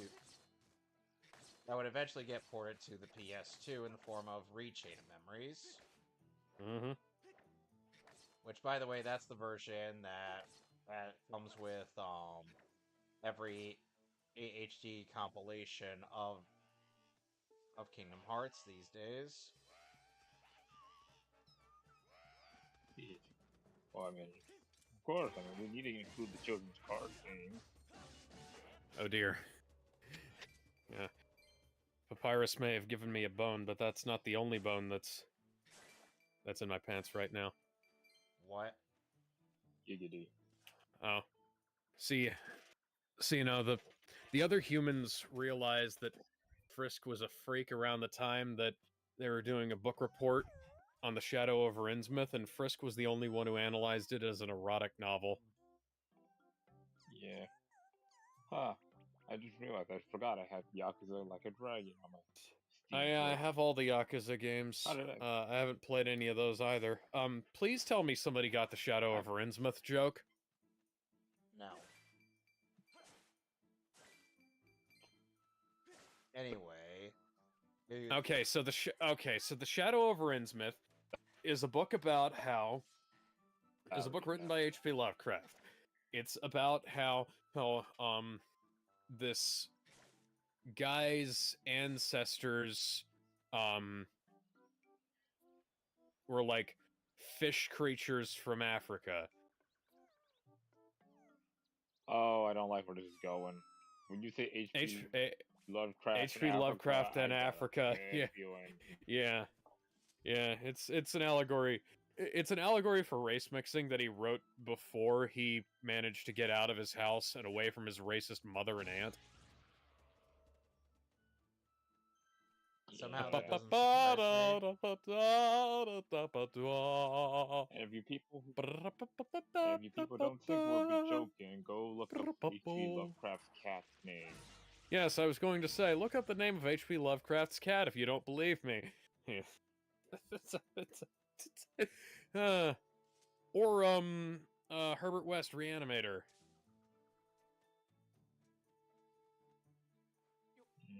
Yeah, so Also, apparently, I found out I had Undyne, I came Half-Life 2. to your house. but I also had an orgasm. Alex, you absolutely can't Sorry, forget but that it's part. scary. Yes, because let's frolic in the fields of friendship. Well, I mean, if that's what the kids are calling it these days, I'm down with that. All right. We don't have to be friends. We can just skip straight to the benefits. Anyway, The enemy of so everybody's hopes and dreams. Am I? Am I really?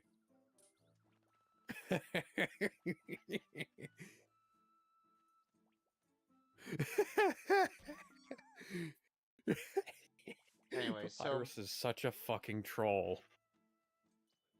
So yeah, the reason why Vexen didn't want Sora to keep going was because Marluxia and Larxene are using a nobody by the name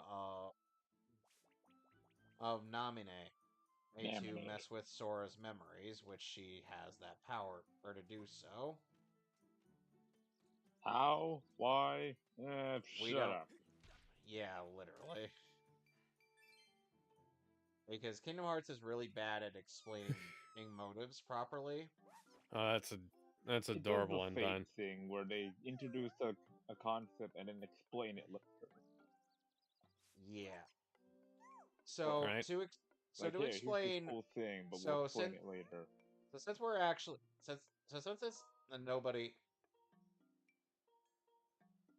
since nobodies are Just case scenario, her house burns down.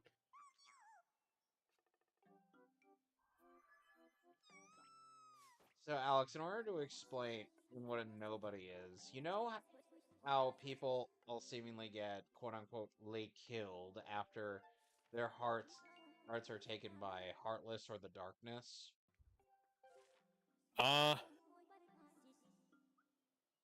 See, I was gonna say, hey, is it like the whole idea of a doppelganger? Nobody is what happens to the body after the heart leaves it. Yeah. And usually a powerful heart, or nobody formed from a powerful heart becomes a being like the members of Organization 13. Excuse me. And remember, Sora lost his heart briefly to save Kairi. Yes. After he committed seppuku, yes. We remember. He committed Historically, humans wielded swords up to 10 times their size. Hey, Kevin. What? I think Undyne's been reading Bleach. Well, to be fair, Berserk... Gonna be weird. Well, to be fair, Berserk ended up doing it earlier than that. The sword's the size of a building? Yeah, and again. I mean, let's also put it this true, way, though. Alex. We haven't gotten anywhere near that absurd yet. And in the series... What about Gundam? The sword is pretty big. Yeah, but that's I just remember the ones in Bleach and One Piece that looked like they were the size of an entire planet, and that's what I immediately jumped to. Yeah, One Piece stories can get pretty ridiculous sometimes. Anyways, Not so as ridiculous as Bleach, but pretty. Close second. so yeah, nobody's in Kingdom Hearts. Hearts, as I said, are or what happened when the hearts leave the body. What happens to the body after the heart leaves, and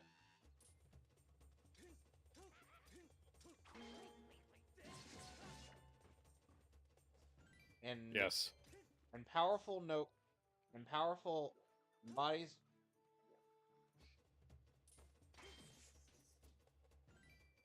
And powerful heart.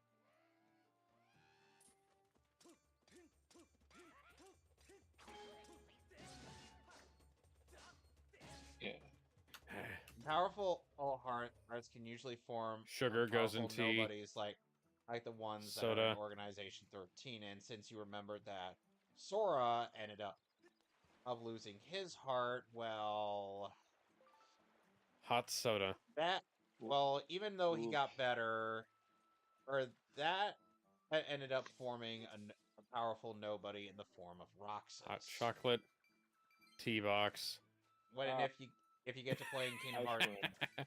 when and if you get to playing Kingdom Hearts 2, Alex, you'll meet him. It's not a green cylinder. That's blue. There's actually I don't know who to blame for that. You're gonna have Toby to or the watch- mod developers. There's actually a really neat mod of Kingdom Hearts 2 titled Nobody May Cry, where essentially you actually get to play as Roxas throughout the entire adventure of Kingdom Hearts 2. Oh, but his gameplay is very much inspired by Devil May Cry. You know what? I guess it would make there be rock this mod. Yep. So Also just And Diane, it'd be a lot easier for me to drink this tea if the table wasn't broken. So unfortunately, as Sora goes through the rest of the adventure, he starts to see Naminé as someone he actually knows, even though Donald and Goofy kind of smell the bullshit from a mile away. It causes some conflict between them, but after Naminé is briefly freed by Axel, well, she essentially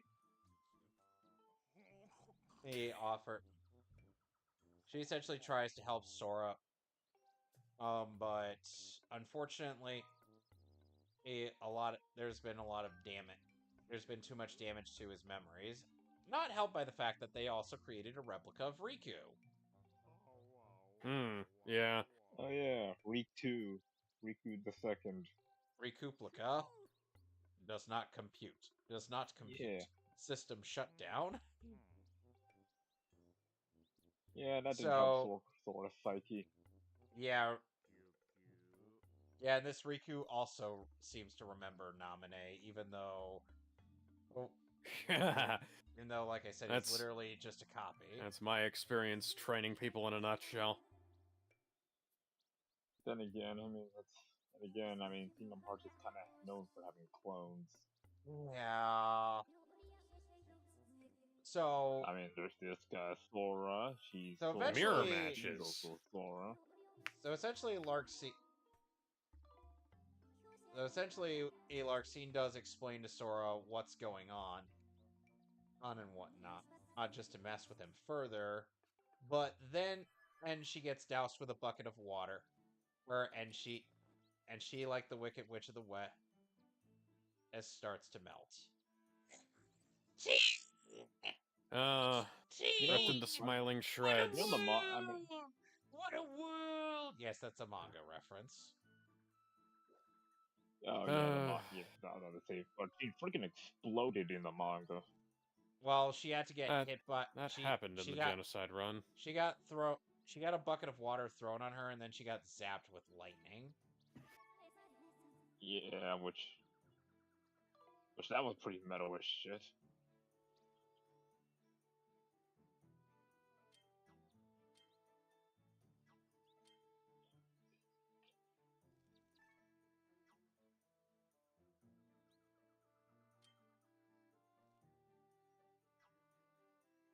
Oh, crush them all.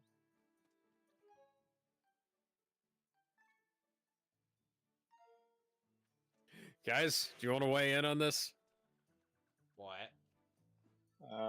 I was talking to the two spirits that are accompanying me. Oh, Undyne. Yeah. Oh yeah. 3 out of those 4 things are fruits. And one of those is a root vegetable, so I'm not sure that it technically counts. Anyway. You punch the vegetables at full force. Our hearts are uniting against the healthy ingredients.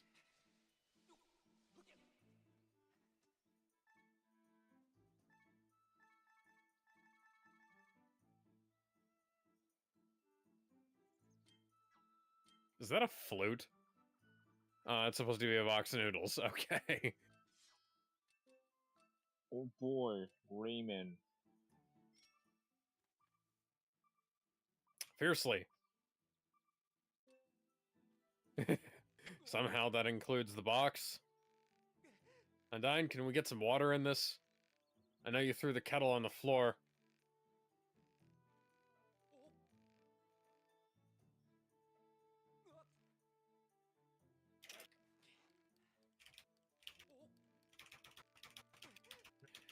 God damn it, Undyne, I'm stirring it as fast as I can.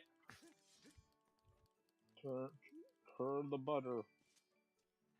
Anyway, so Lark's so Naminé then explains to Sora that she could help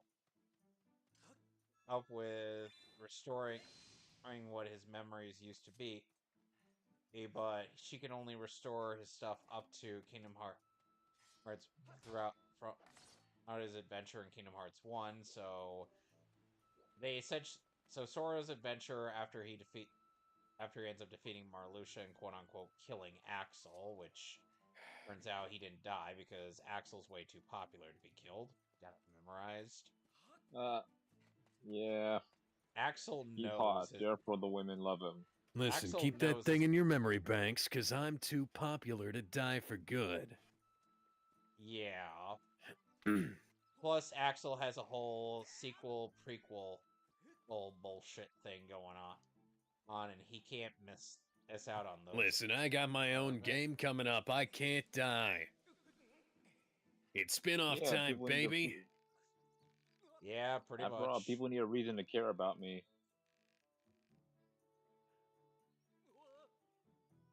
So yeah, Marluxia.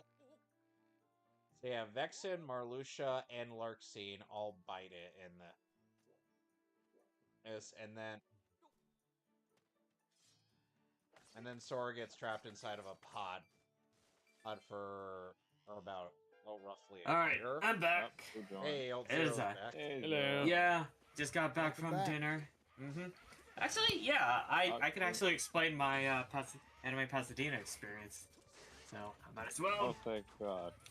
Yeah, it was pretty fun. But sorry, you were saying Sonic. No, I was getting just hot saying. Come on. Saying, no, Take off all your I'm just clothes. saying, I'm glad to hear that because no offense, Kevin, I already know. the plot. I know you know, but Anyway. Alex doesn't know. What's up? What were we talking about here? I was recapping Alex's plot of Chain of Memory so that way he doesn't have to play that game. Is it one of those games you just stay away from? It's no. Here's the thing. I gave it a college try, but I'm like, no, it's not for me, and I don't think Alex would like it either, because it's not for casual Kingdom Hearts players. I mean, is it a card battler? Yes. Kind of. Yes, but Then I'll like it. Alex, I think give it a not college that. try and see what happens. It's not that kind of card battler. It's Take my word complicated, for it. man. Because I love a I don't good know, card battler, but if it's not good, Oh shoot. I don't know. Give it a college try and then see what happens. If you don't like it by the first world, then I just drop it. Yeah, that sounds about right. Anyway, back to that anime thing. Yeah, was gonna back- tell us. Yeah, it was quite a treat to say the least. Bless you again. Anyways, Sorry. yeah, got to meet a lot of pretty good guests this year, this time around. I already, as a little note to myself, I always make sure to prioritize which guests I want to see and ones I would consider, as you do.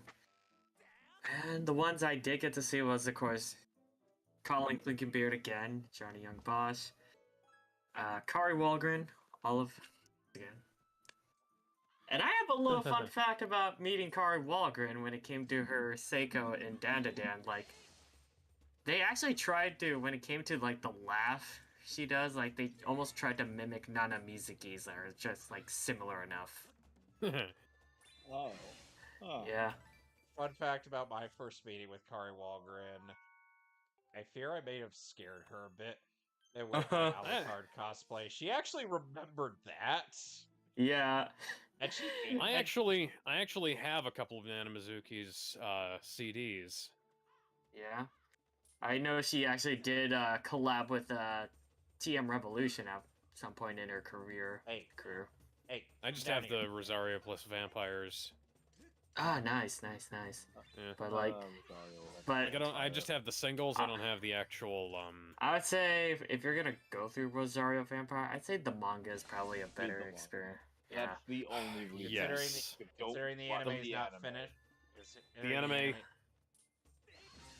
The anime went Yeah, its own direction. It pulled a Soul Eater. The anime got. Yeah, the anime got Full Metal Alchemist. Yep. The manga I wasn't have done no at the skin. time, so so they had to do their own thing. For the record, Sonic, I do apologize for boring you with stuff that you already know, but again, No, it's fine. I know. I was about to apologize for cutting you off. I know. Sorry about that. He works. Oh my Where God. does Sans get the money to pay for this big house? Oh, it's simple. It's a mystery. Ah, yes.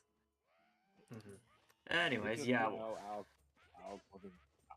Alex was responding, and, so Alex said, yeah. What's funny is that I actually, because I got to see her back at Anime Los Angeles a year ago, and she still remembered me because, like, she recognized my face, but she didn't realize, like, I had to clarify to her. It's like, yeah, no, I was, like, I'm cosplaying something, someone else this time. So, there's that. And, let's see, who else I got to meet? Oh, yeah, I got to see Doug Erholtz, and boy, what a treat that was. It was mostly Lupin the Third related, since he plays Zenigata. Well, now he plays Zenigata since Dan and Lorge isn't doing stuff anymore. Yeah, I think it was starting with the Part 4 anime, which that is a whole can of worms in of itself. When I talked to both Ellen and Richard Epcar, that apparently they the version they got was the Italian version as opposed to the Japanese version with Yuji Ono doing the music.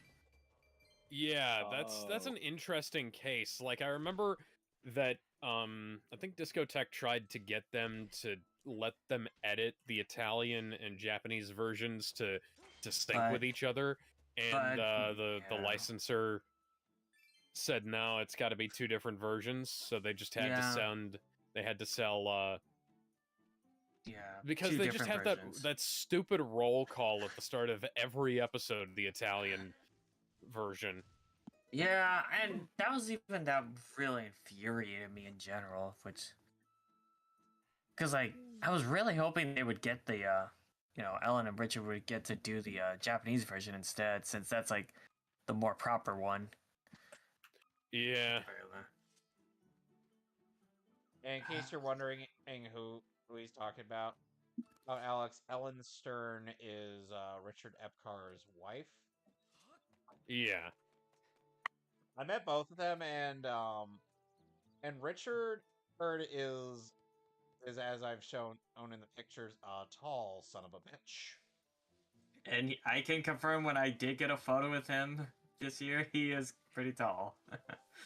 Yeah, dude's almost as tall as Yuha Baha in Bleach, and that dude is well over 6 feet. Yep. Let's see. Who else I got to meet? Anime heights. Let's see. Griffin Puatu, who plays Rock Howard in City of the Wolves. Pretty cool. Nice. Yep. Let's see.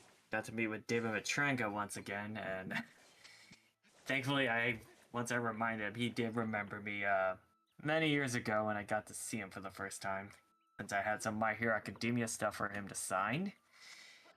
And I got to meet Richard Horvitz. Yeah. Voice of Alpha 5. And of course, Invader Zim. You're after my robot bee! No! Yeah. Alpha, Rita has escaped. Just sent me 5 teenagers with attitude. No, not that! Not teenagers! I was afraid of that. That's correct, Alpha. You know, the worst part is that anytime I think of that intro, I just think of my own parody version of it, where Alpha's like Alpha, or rather, where Zoran's like, Alpha, Rita's escaped. Recruit a team of teenagers with attitude. But sir, we won't get teenagers with attitude until 2017. Okay, then get me teenagers that are mildly pissed off. Oh, I was afraid of that. Get me college students pretending to be teenagers. Doug Walker, during when he gave his initial thoughts on the movie, of course he's down running like a whole box of Krispy Kreme donuts. I'm like, okay, that's funny. Krispy Kreme donuts. Krispy Kreme, 2012. Krispy Kreme donuts. I guess you can't say. So Yeah. Let's see. Who else I got to meet? Oh, right. Aside from Jeremy, who is always a treat to meet, and of course JYB, Christina V, and Michelle Ruff. Well, Christina V was so excited to hear that Ririka was back in Bleach. Yeah. And mm-hmm. And I can share some little tidbits of the lines of autographs this year. Like when I was just in line for Colleen, her line at Anime Pasadena this year wasn't all that big. There weren't that many people. Surprisingly enough, yeah. And the crazy thing was, you would think the English voice of one of the most popular characters in anime would have a much bigger line. And if you think that's crazy, her autograph booth was right next to Schimmel and Sabbath, who everyone was blocking for too. Oh, fuck both those guys. Yeah. And if you guys know, my perception on Schimmel in recent years, yeah. We all feel the same way, because it's Sabbath, Sabbath was one of those guys where it seemed like he was cool. He had a reputation among the community as he's just that cool dude who works on stuff, and he's every voice ever, you know? Oh, that's the reputation he had. No, he'll stab you in the back for $5. Yep. Oh my god, and if you think that was crazy, I think one of the other years I went to Pasadena, his line got capped to the point where I think it went around one of the convention buildings or something. Oh god. And there were people who were still waiting in line even after sometime he went to get some, have a break and get some lunch. And Jesus. And I'm remembering 2 years ago, that same year when I went to go see Troy Baker, like, I think I got in line for Colleen's autograph signing because I had an FMA Blu-ray for her to sign. I think I got in line like almost like around like past like I think it was like around 12 p.m. I feel like you were saying, my absolute favorite bit of hers as Hawkeye, I definitely came from the from episode 19, Brotherhood, when she heard that Roy Mustang had seemingly been killed. yeah, And it's like you compare her with the original Japanese performance, it's like night and day. yeah. I mean, yeah, because I believe in Brotherhood, Romy Park and Rie Kugamiya were like the only two that were brought back. Everyone was like Yeah, because they got Fumiko Orikasa as the Hawkeye, and I'm like, voice of Chun-Li and Rika well, and well, Rukia well in for the in Japanese Digimon It's Tamers, alright, Alfie. it's, I wasn't paying any attention to anything that you just said. Rika. Oh, okay. I think so. In Digimon, in Japanese, Rika is Ruki Makino. Yeah, you're right. Mm-hmm. It's only in the dub where she's called Rika. Yeah. And yeah. Actually, yeah, back to my story about meeting Colleen again back in 2023. Like, I was in line for her autograph around 12 p.m. because that year at Pasadena, they had pretty much a majority of the One Piece actors. Like, most, like, the main Straw Hats and some of the other ones, like Felicia Angel, who plays Perona, to name a few. And, oh my, I shit you not, like, her autograph was pretty long. Like, when it was my turn to get to see her, it was like almost like 3:50 to like almost 4 p.m. by the time Holy it was shit, my turn. dude. Yeah, Yeah. I was to endure that. Yeah, and I ended to endure or like hours waiting for Bryce Pappenbrook's line. Mm-hmm. I told you guys about that. Yeah. It was worth it, but at the same Yeah. time, oh Yeah. boy. Oh, wait, did I grow to hate that VIP line? Yeah. Because even Pasadena, I think it was like recently this year they implemented the whole like VIP passes and all. Oh, And like fuck early that. signature card. Yeah. It's Wait annoying like, as it is. Wait like everybody else.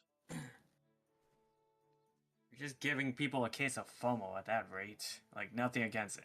At Pasadena, I just, I don't want to burn my goodwill with them. Having said that, I did get to see Dave Wittenberg again, and, oh boy. How'd it I wonder, go? It went surprisingly well. Just had a normal chit-chat. Mm-hmm. I wonder if he remembers voicing Henry in Digimon. I'm sure, like, maybe they're like, dang, I should have asked him that again. Like, I'm fairly certain he's reprised that role enough so to the point where it's like, okay, yeah, that's on his Yeah. list. So, if you're wondering who Henry is in Japanese, his name is Jianliang Li. Mm-hmm.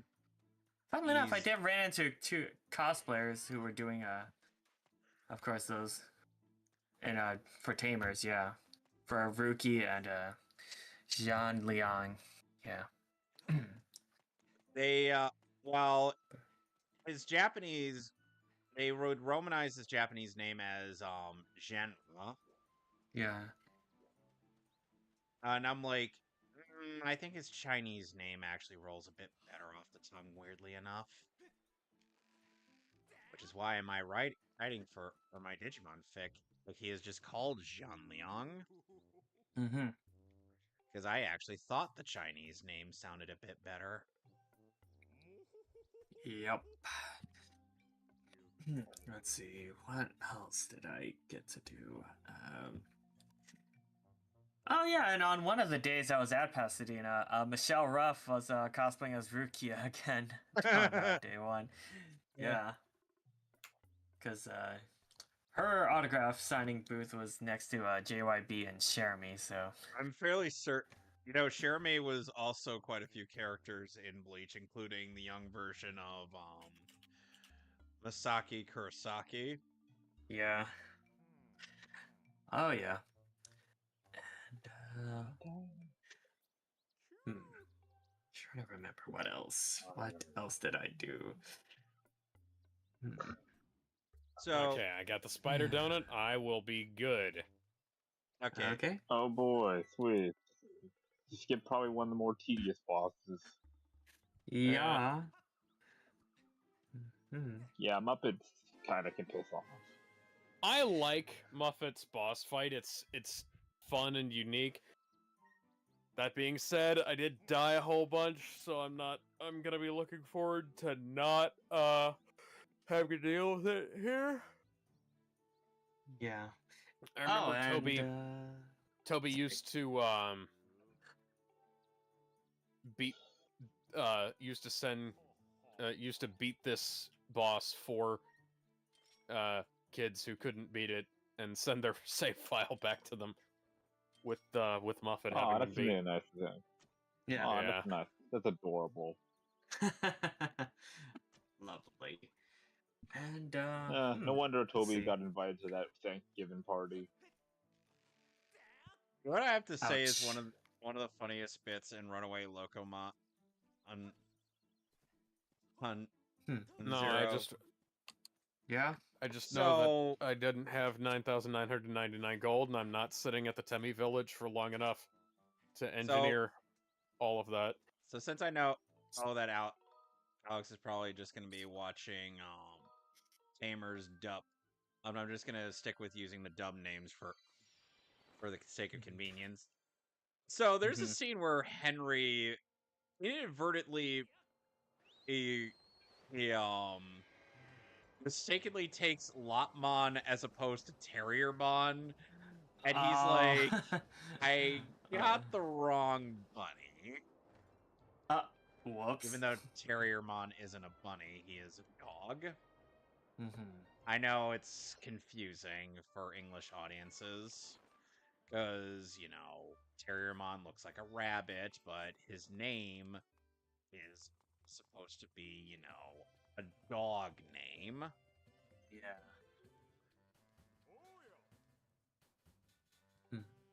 Let's see. Hence why he hence why the he hence why his final form, Mega Gargomon, is actually he's supposed in Japanese is known as Saint Gargomon because it's based off of a Saint Bernard. Yeah, I can see. Now I get it. Let's see. Okay, well, what am I gonna need to? Oh, that's right. Got to Okay. got to see Patrick Sides and Kaiji Tang again, and they are certainly aware of Oh, Bungo lucky Stray you. Dog. Oh, I got to lucky see you. them again because Sides Genu- still recognize me. Genuinely lucky you because Yeah. I was gonna meet KG Tang once, but unfortunately, the convention he was at he had to pass up. The convention I was gonna meet him at, he had to pass up because he. That's unfortunate. But I know when I talked to them, they were pretty excited about Bungo Stray Dog Season 2-1, the sort of chibi style. Got confirmed for Season 2, like, into next year. And the same for Jeremy, so they are hoping they get to do that. I'm sure Max Middleman would also be excited to do another season of that. And of course, still my favorite moments from that series, as I have established, is Patch, of course, Kunikita beating some sense out of Dazai. And the whole, like... And this was actually something I did learn from Patrick, that the whole, like, what are you, a damsel in distress? You're a were-tiger, aren't you? Grow some were-balls. Was actually something he kind of made off the cuff. And was not in the Japanese, apparently. Hi, Beetle. So... how many people? So how many people on here have played Wind Waker? Me. Wait, what? Wind Waker? Yes. I want to play the HD version if there's going to be a version of that I'll play. I've only played the start of it for both the GameCube Okay. version and the Wii U HD version. I need You to might make more want to progress in see it. if you might want to see if you can get your hands on the Wii U version. Yeah, During- that's the plan I'm going to do anyways. It's the definitive version. Didn't we I mean, see the this last time I puzzle about Wind 100 Waker rooms was in ago? McDonald's when they still Oh. have a McDonald's game. You want to know what happens when Uh-huh. you don't buy anything from this guy? Mm-hmm. What happens? Hold on. Oh, he's He writing the cries. treadmill. You got an extra wallet. You got mail. Thank you. Okay, so if you don't buy anything from this guy's shop, he will drop you. What? Yeah. It's just... Oh. Damn. He'll be like, Okay. "Hey!" Woo! He'll just be I so guess that's pissed one off. way. He'll just be pissed off and just drop you because you didn't buy anything. Oh All my right. God. I'm gonna I start guess that's one way start of punishing catching window things. shoppers.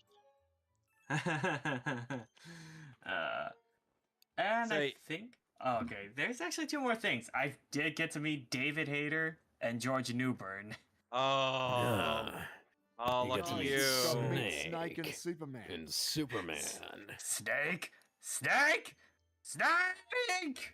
He was gonna be a there's gonna be a there's gonna be a Terrificon last year, but I think he canceled. I'm hacking probably into the got- firewall. Yeah. God, lucky. Firewall has been brought down. Yeah. And, yeah. And he did, yeah, and the best thing with my... Of course, meeting with George Newbern was pleasant, because I did even bring up Toshiyuki Morikawa up in the conversation with him, and I'm boy, guessing. what a treat. Yeah. Because he also I- played Sephiroth. Yeah, I know that. And it's funny how every voice of Sephiroth, whether English or Japanese, has voiced Superman at some point in their lives. Even Morikawa. I have Tell to us something. say that is so interesting to me. I mean, Yeah. Lance Lance Bass- Bass to play Superman someday. No, Only in your dreams, Alex. I swear Only to in your God, dreams. I will engineer this. How?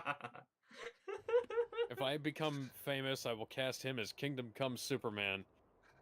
Why that version of Superman specifically? Because he'll be old by that point. Do What? I even Is that wanna your way of know- saying?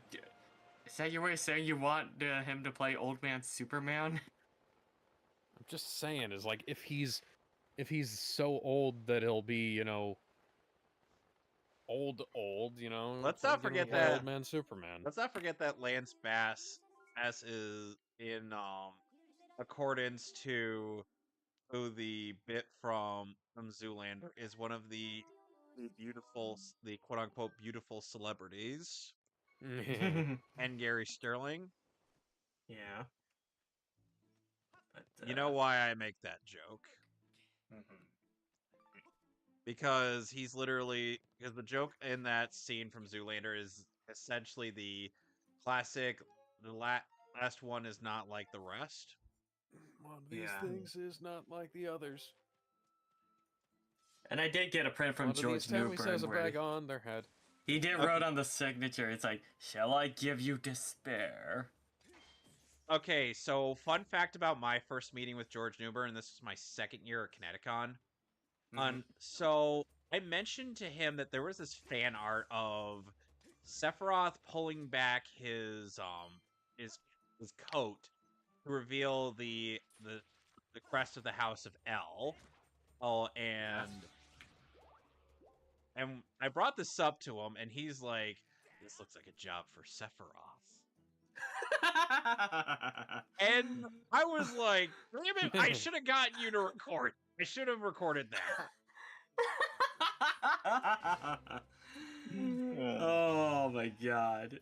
Oh, where's that? That- And this fan art is legitimate. Look it up. Oh. Oh man. It's literally a Sephiroth pulling back his trench coat. Oh, to reveal the shield of the House of L. Oh my god.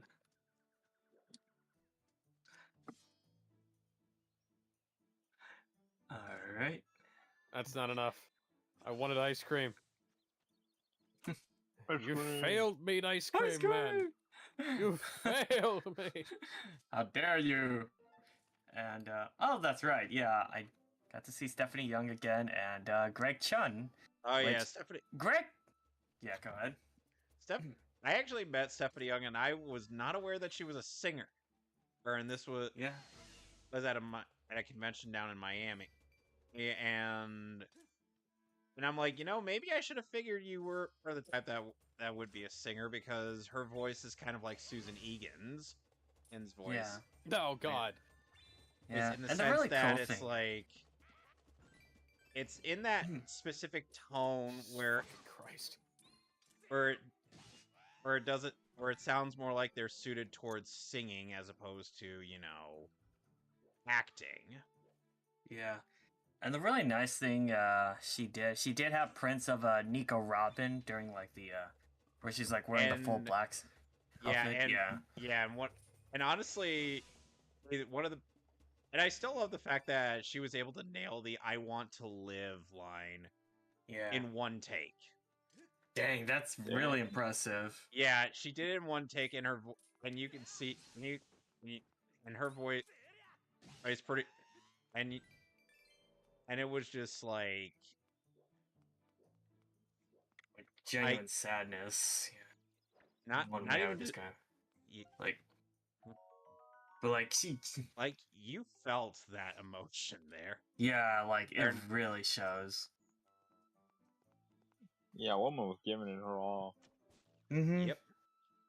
I think I wonder how many people actually expected that from her Yeah. when you consider the fact that at the last time she did that scene, it was in before that, or the actual episode, it was the Unlimited Adventure game on the Wii, Yeah. Yeah. and And she didn't really get to have a proper performance per se. yeah, because that was like basically they were still trying to figure out the cast and what The worked only- and what didn't. The only one from the game that maintained the only few people that maintained their role from the game was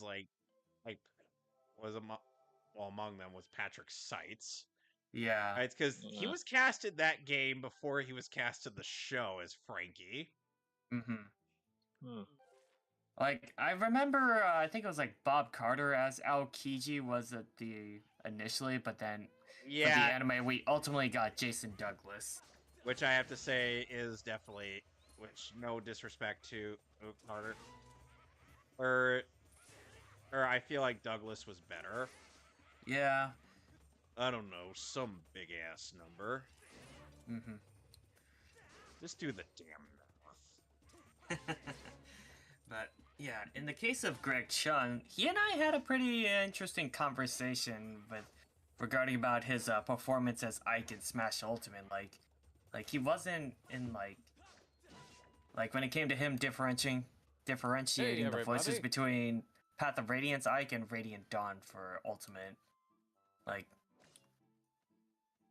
I imagine that must have been quite a challenge for him. yeah, and I even I think I even did tell him, like, when compared to his Japanese voice, Michihiko Hagi, like, he was at least able I to, didn't like, even realize make his this was voice the same different enough area. between the two Ikes. That's cool. Considering, you know, he had been involved with the role since, you know, Path of Radiance and even to this very day. I don't wish he. Jared I don't doesn't wish have he. anything to say. I don't wish that Interesting. he.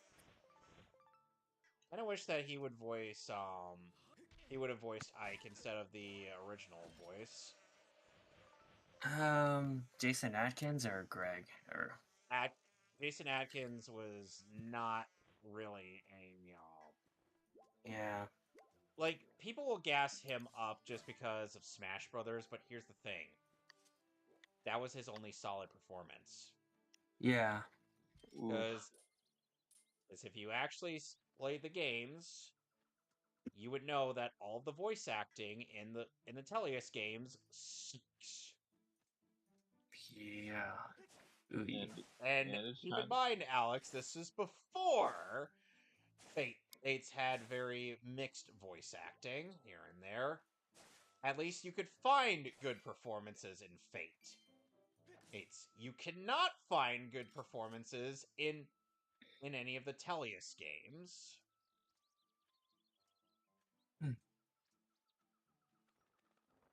Damn it. Unfortunate as that may be. Yes. And not that the games are bad or anything. yeah. And I mean, come on, we played worse games with. We played 8 games with worse voice acting that ended up being really good.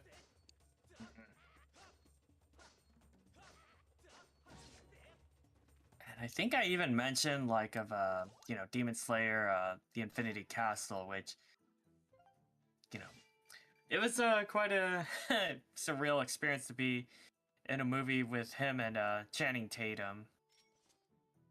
Which and I even said, like, to him, like, I wasn't opposed to, you know, celebrity guests being I like how the other in two are voice just acting. having Which, ghost dinner over in the other like, table. I wasn't opposed to it. Like, if it's, you know, if done right, like, you got the right people who actually know what they're doing and actually give a damn, then I feel like it could work out. At least Channing Tatum was interested. Yeah. Which is more than true. Which is more than you can say for quite a few celebrity voices. That is true. Sadly, I feel that way. I feel all that might have been the case with David Boreanaz as Squall, because God, his performance in KH1 was so wooden. You'd swear you were directing a. You'd swear you were directing Plank from Ed, Edd and Eddy. Yeah. Ouch. But yeah. Granted, I'm sure Boreanaz has done better, especially considering he's David Boreanaz is a great actor. Yeah. I feel like the material he was given with is like, may not be doing him any favors or issues. Like the material's not necessarily the issue so much as it is the way a lot of those old dubs used to be put together. Mm-hmm. Where they'd essentially be given like a list of lines without context for where they were. Like they didn't have a full script for some of those games. That was how Sonic Adventure 1 and 2 were dubbed. All of the lines were in alphabetical order. Damn. That reminds me of that horror story with Bloody Roar English voice acting was like very terrible. Like the guy they got to do the voice directing was mostly the same one used for the Japanese, and the actors they got were like, "Excuse me, do you speak English and understand? Come with me." English, motherfucker. Do you speak it? Ha! Yeah, basically.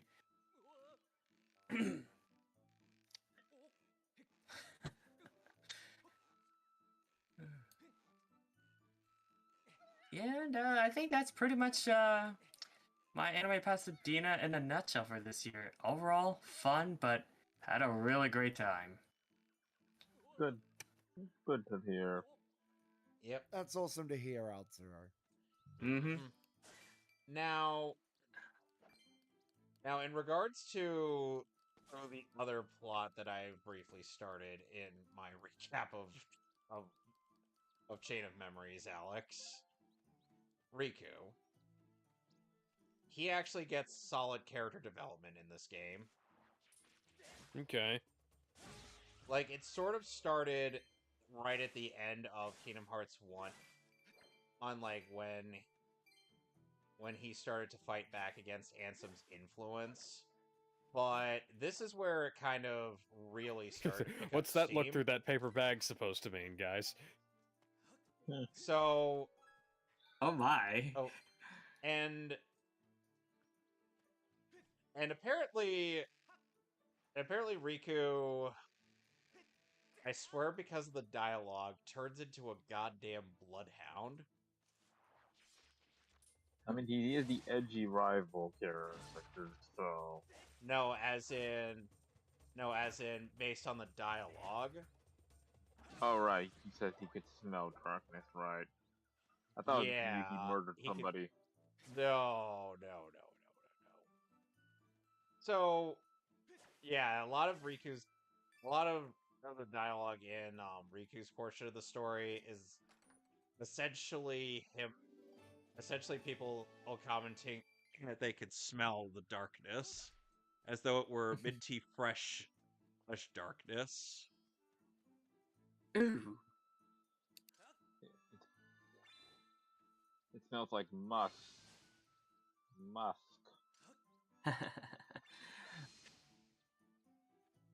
Actually, now that I think about it, there was actually one thing I did I forgot to mention because I did talk to I think it was Jeremy, Christina, and Michelle, that one cosplayer I've been following on Instagram called I'll be more than happy to link this Usako Cos, who Yeah, go ahead. she's she is. I actually showed them like it was mostly predominantly a cosplayer in Japan, and she actually did this back in October where she did like a full Interstellar Guardian group photo, and they even did a little performance of it back in October, which they were pretty shocked and, and like were just amazed by it, needless to say. And yeah, like I don't know where to begin, but she's mostly like a figure painter and everything, so I told them like, hey, if she happens to notice like, wait, who sent you? It's like, yeah, just tell her I was the one that sent you. Like, pretty much got it all. Who the hell more or is less, that up so. on stage? Wait, what? Oh. It's like, wait a minute. Okay, I guess Yeah. those two aren't going to come with me till I leave. Free advertisement, friends. So yeah, I find it funny how so yeah, Riku actually starts to realize something about how himself is like as he struggles against the darkness in his heart, he realizes maybe he shouldn't, and maybe he should use the darkness. Yes. Instead of trying to fight against it. Luger Ninja Embrace is the like, darkness instead of hello fighting it. guys, I heard your impersonation of the Yu-Gi-Oh! The abridged series characters earlier in the live stream. It was funny. Martin also did great voicing Rex and Weevil, otherwise known as Beavis and Butthead. Yeah.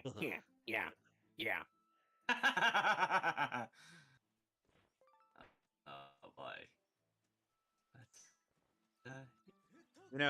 Yeah. I also have to be reminded of the fact that in this game specifically, when it came to Skyward Sword, it took way too many parts for Aaron Hansen to actually get to opening the door to the first dungeon of this game. felt. Oh god. I felt In like comparison, I felt like my Oh, heart, cool. It hurt my soul was hurt seeing just to get to do like the most basic thing. Yeah.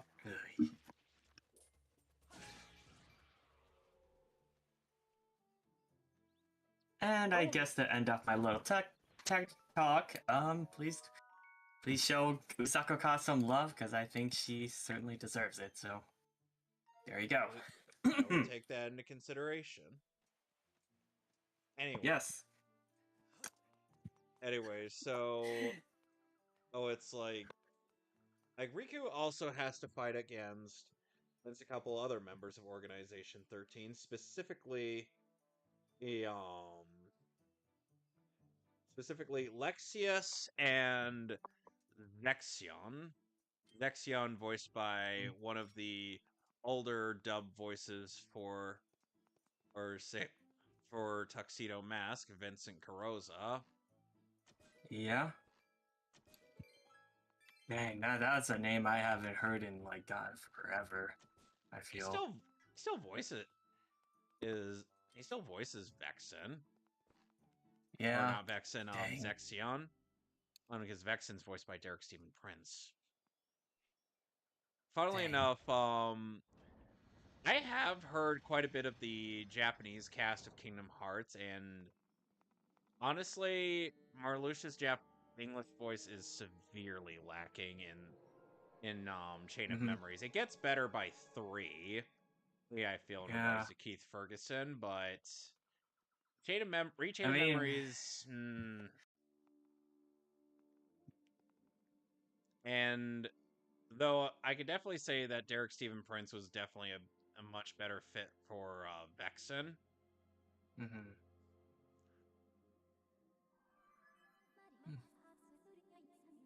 Because it's like, for whatever reason, they have both Vexen and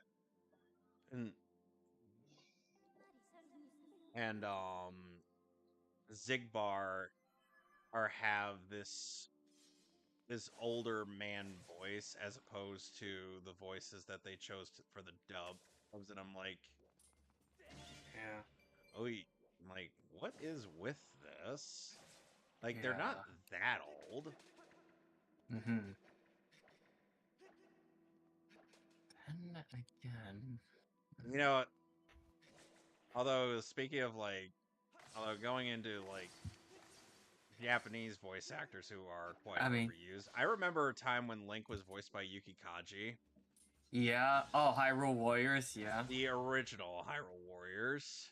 And I'm like, that is so interesting to me. And considering the fact that it was like off the height of Attack on Titan. Yeah, I feel like that might have been the reason why he was cast as Link. And I mean, those screams says it all. Yeah.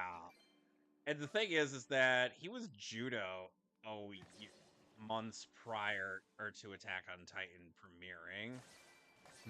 Issei in High School DxD was another one.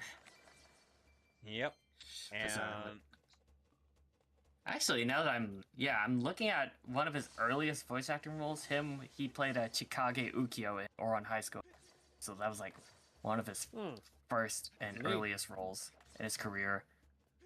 Honestly, for you work on judo and Berserk, I actually prefer Akira Ishida. Yeah.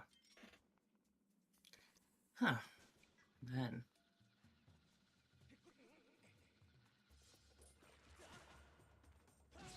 Because it's like Ishida is such a classic sounding seiyuu for anime, and it's and I'm like, you gotta get somebody who's really good to attempt them dubbing over him.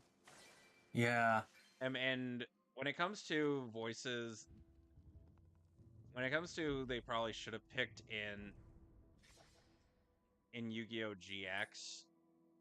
Yeah. They probably should have gone with Cromer. How many Cromer? Christopher Cromer? Yeah. Him. How many Christopher Cromers? About 50. Yeah. Oh yeah. Anyways. One sec.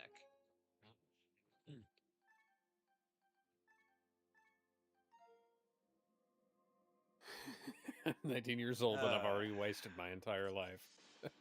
Well, you've only wasted the life you've lived up to now. You can always turn it around. Well, we already know how well Link would fare against the eyeball enemies in Mario. Just run right up to them and punch them. Alex, you can't. Alex, you can't kill them by doing that. You don't have to kill them. You just have to make them look the other direction by giving No. them a big bruise. No, you have to actually make them dizzy. I know. I know. Come on, man. You played Mario 64. You should know these enemies I by now. know. I know.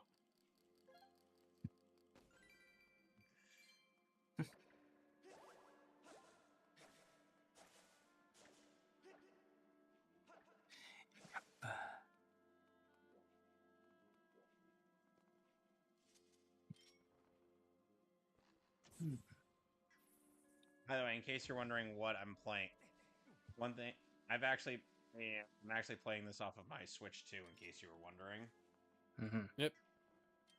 Sweet. I'm like, because that would be a question. It's literally a rectangle. Anyone who knows me would ask. Yeah.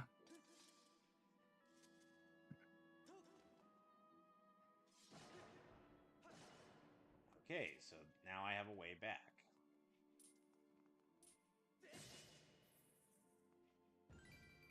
So yeah, Riku eventually learns to channel the darkness and actually control it. It's so that he has utility over both light and darkness. Invest in darkness that's within me. And needless to say, and eventually he does once more greet quote-unquote Ansem, who seemed to have woken him up, but in reality, it wasn't the Seeker of Dankness. It was actually another man by the name of Diz, who in Chain of Memories and a bunch of other entries is voiced by Corey Burton, but in 2 and only the DS version, and only in the DS version of Good 358. lord, sorry about that. My internet decided to be a fucking bitch and decided to be off for a bit. It's back now. Oh dear. Don't worry, we're good now. Okay. It doesn't always happen, it just happens sometimes. Right. Okay. Anyway, so yeah, in most iterations of Ansem or of Diz, he is voiced by Corey Burton, but only in 2 and the DS version of 358 Days Over 2 for some unforsaken reason. Yeah. He's voiced by the late Sir Christopher Lee. Ah, Count Dooku. Played by Yes, a none very other absolute legend. than Count Dracula himself. Yeah, Alex. Kingdom Hearts 2 is when they started to get quite a bit more celebrity talent. Because they were actually able to afford a decent chunk of the Disney cast in this. It's just they couldn't get they understandably couldn't get everybody.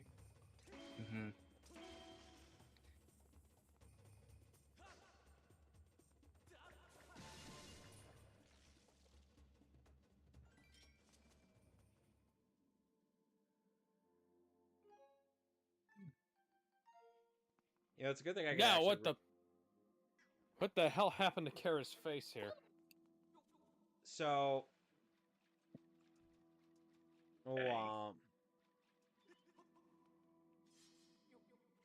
so in the game,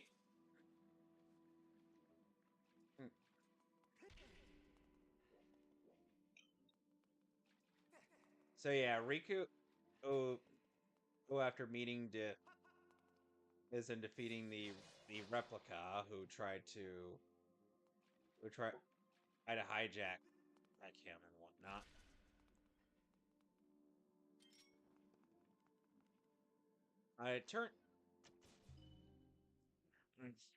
Riku then had to finally come face to face with the Seeker of Dankness himself, and managed to defeat him.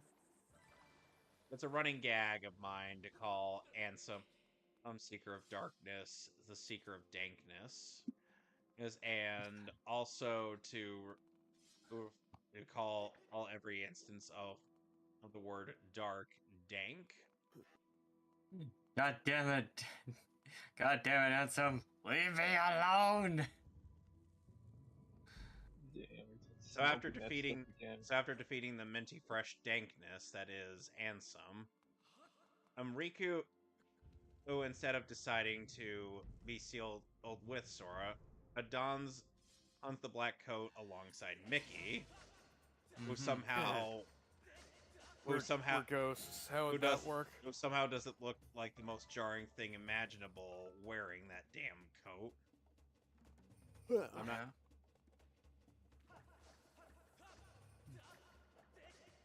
Unfortunate. Yeah, it's like, okay, Mickey, how on earth do you actually look all right wearing that coat? How are you able to? No, I look good in any drip. Besides, this thing makes me look like a badass. Oh, by the way, Alex, you are going to hate this. So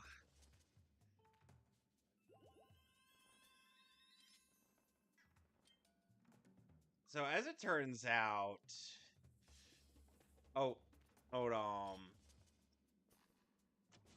358 Days Over 2 was also the very last performance of Wayne Allwine as Mickey.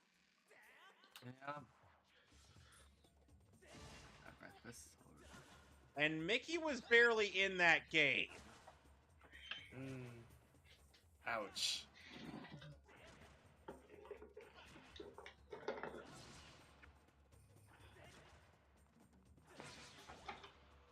Like, Mickey was only in one scene in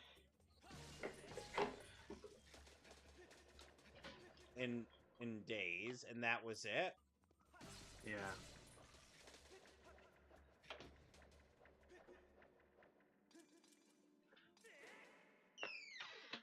And I'm like, Mickey, what are you doing here? Here to collect my royalties. Of course you are. Besides, this is my only scene in the game. Oh, God. So, yeah.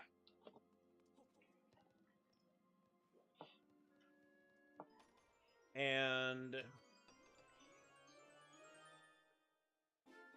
I have to say, it just feels like such a waste of the character used. Yeah.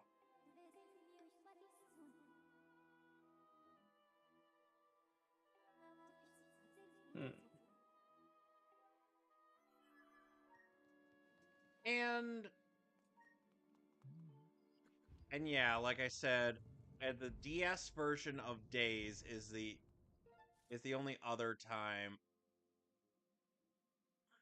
I'm the character of Diz, quote unquote, is voiced by Sir Christopher Lee. Yes.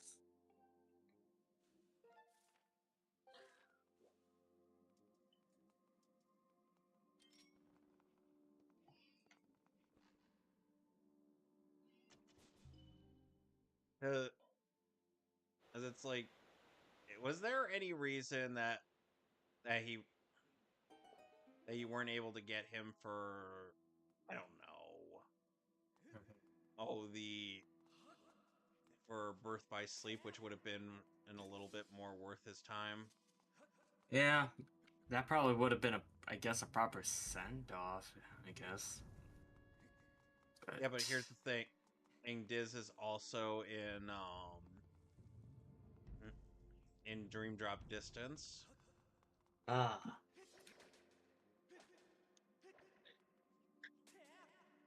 So Now, yeah, I can't remember which of these paths I took before. But there is an alternate path.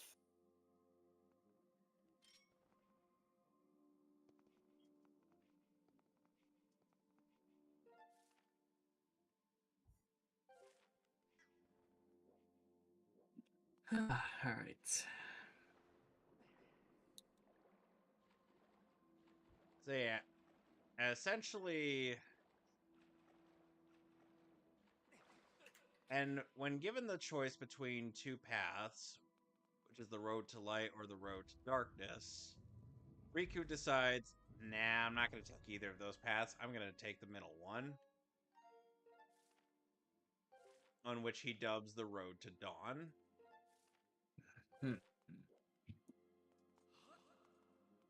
Cue simple and clean, and as the credits play, and then the teaser for Kingdom Hearts 2 with Roxas.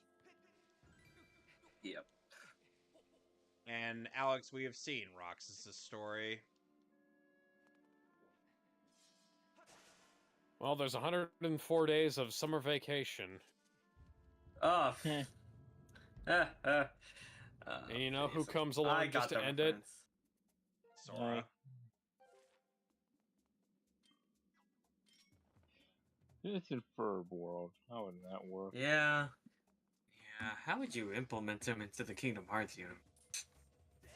I don't know. Maybe he tried the Hardenator or something. Yeah, I guess. I still need to watch that new season that's been Yeah, released. I heard, Verb is now played by David Arrigo Jr., who, Yeah. fun fact about him, he used to do, anime somewhat frequently back in the days, but then, I think around 2019, once he made the move to LA, he started appearing less and less if it's, like, he would still do some anime dubs if it's, like, Union, but he's, like, he would still do them if it's, like, a legacy role of his. Like, one of, reprisals, like, Seven, I know he was in, I know he was in, the Elmaloy case file, Rail Zeppelin as Seven. So, I think that was Union as far as. Yeah, usually the Fate stuff is usually This the here Fate series is Toby Union Fox's critique of Mary Sue Yeah. characters. unless it's not. Self-inserts. Mm-hmm. And funnily enough, I think he also, he was some additional voices in Aitenchi Muyo, which I believe it didn't take until 2018 for them to get that around. So yeah, Alex. Yeah. So Alex, essentially, that is the plot of Chain of Memories, Mm-hmm. which Okay. leads into the majority of the remaining plot for 358 Days Over 2, and why Riku wears an overcoat. Along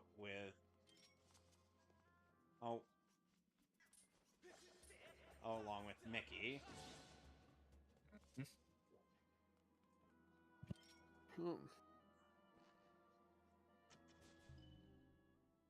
Unfortunately for Roxas, as he would only get after 358 days of his life, he would end up being stuck, living only 6 days of summer vacation.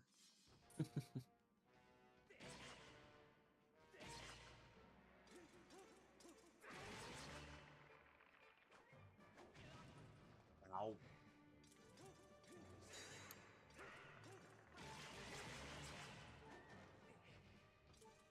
Ow.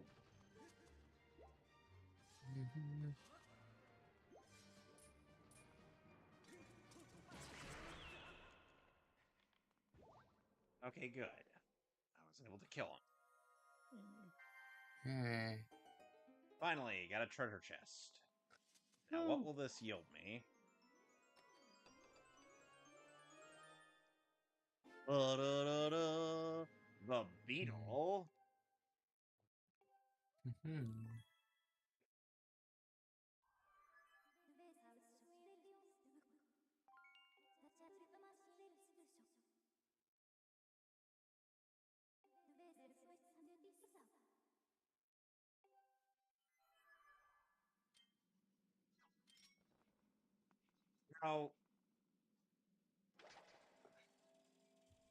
Now, back in the older days of 3D Zelda,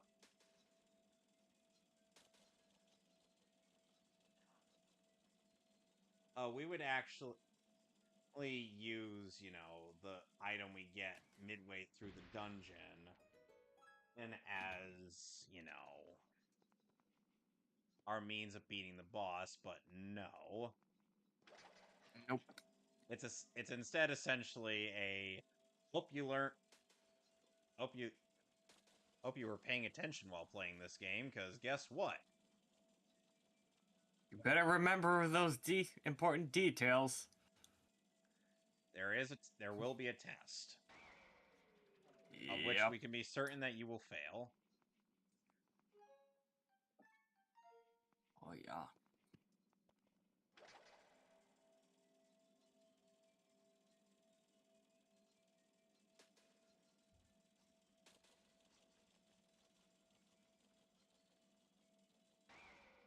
Oh, come on.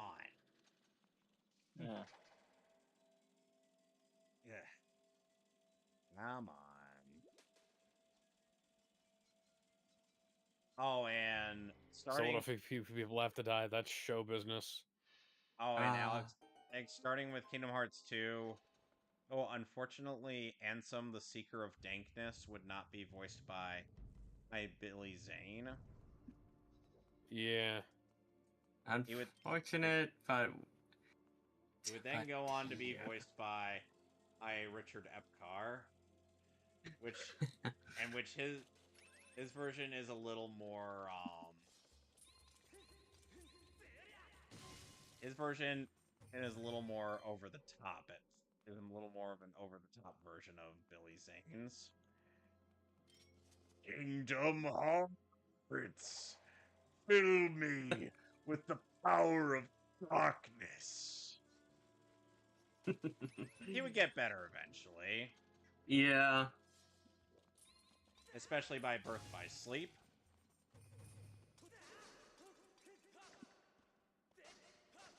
Huh. Oh my god, I just found something funny. So, apparently, I found out one of Scott Menville, yeah, he had a bit role from Tenchi Muyo, specifically the Tenchi in Tokyo series. Not surprised not surprised given the fact that he used to do anime. Yeah. I mean, Hinden Walsh was in Gurren Lagann. Yeah. And she was in The Melancholy of Haruhi Suzumiya and Lucky Star. So I heard for about Hinden. that. Yeah. Along with Laura Jill Miller. Yeah. And Patricia Jia Lee was in Lucky Star too as well. Who yeah.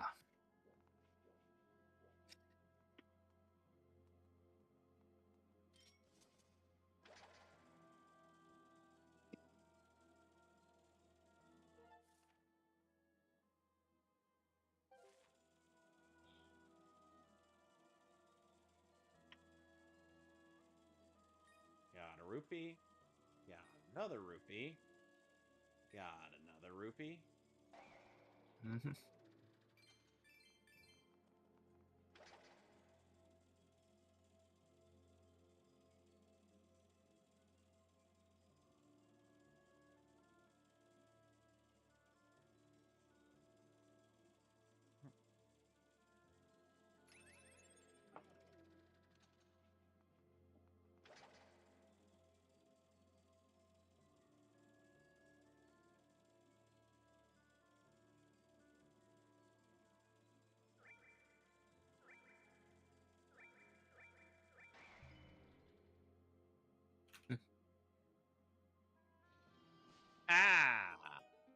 outsmarted you, dungeon. Haha. Got another piece of heart. You wanna know what's one of the worst things about this game when it comes to the heart container collections? What would that be? The fact that at 3 of them are restricted to, well, items that take up your adventure pouch. Oh, that's what you do there. Okay. It's dumb, I know.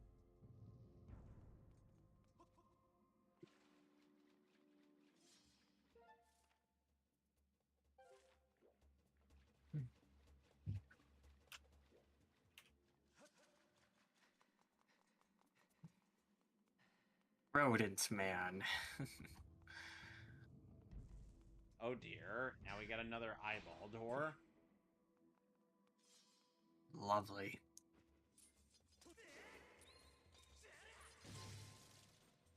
And we killed the spider. Alright, this time we need all 3 of their eyes on us.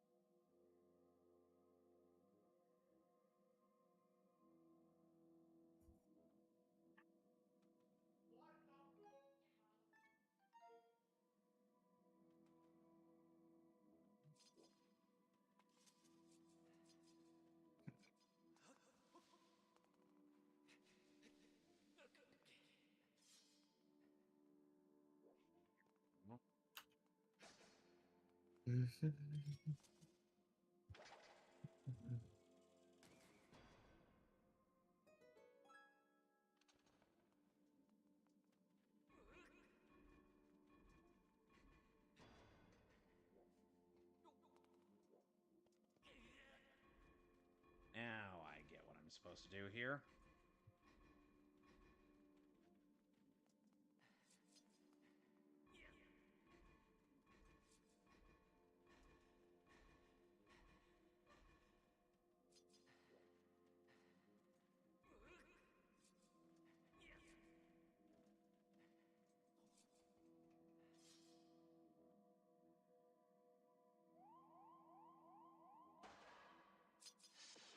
Ah, suck it. Now there is a way to get Mettaton to like 10,000 ratings just by changing your armor. I wasn't gonna do that because I have the Temi armor on. Let's open up this door. It is kind of funny because he doesn't have any arms or legs on that scene, even though he doesn't lose them if you boost to max ratings that quickly.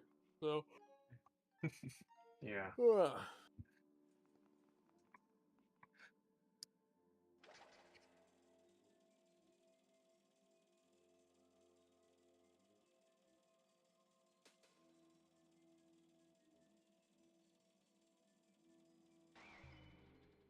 There we go. Apparently, apparently one part that made Aaron Hansen rage quit at this game was the Gust Bellows puzzles. What? Yeah, because he thought they were hard. What? I'm not making this up.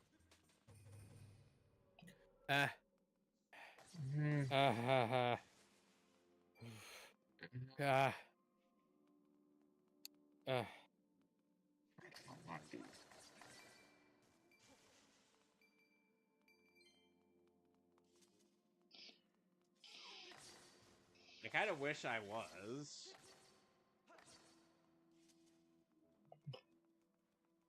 God And keep in mind, damn it. keep in mind, one of the criticisms of this game is that the puzzles are too easy. Of course, the world's second most incompetent gamer would be able to fail at a game that everybody else thinks is easy. Yep. Well, I would say Aaron Hansen to get good, but he's like, no, but that's hard. That's a slur or something. Yeah, I'm about to go head out now, guys. This was a good night. Alright. Yeah, me too. Mm-hmm. Yeah. Yeah. I got through I Yeah. got through 2 boss fights in this video. And I got Nice. through a decent chunk of this dungeon, so I'll wrap it up. Yeah. Next time Oh. when I get back to this Until game. then, And because I guess I'll save Super Until- Paper Mario until after I'm done with Skyward Sword. I mean, again, I do say just start downloading that ROM as soon as you can. I'm just Yeah. gonna get a physical copy and deal with it. Yeah, either up, but either one's fine. I mean, either way, I mean, whatever you As feel. for the ROM, best to do it in your own free time. Yeah, just download the Anyway, ISO. so see you guys next time. mm-hmm. Yeah. Yep. This. All right. And we off the air.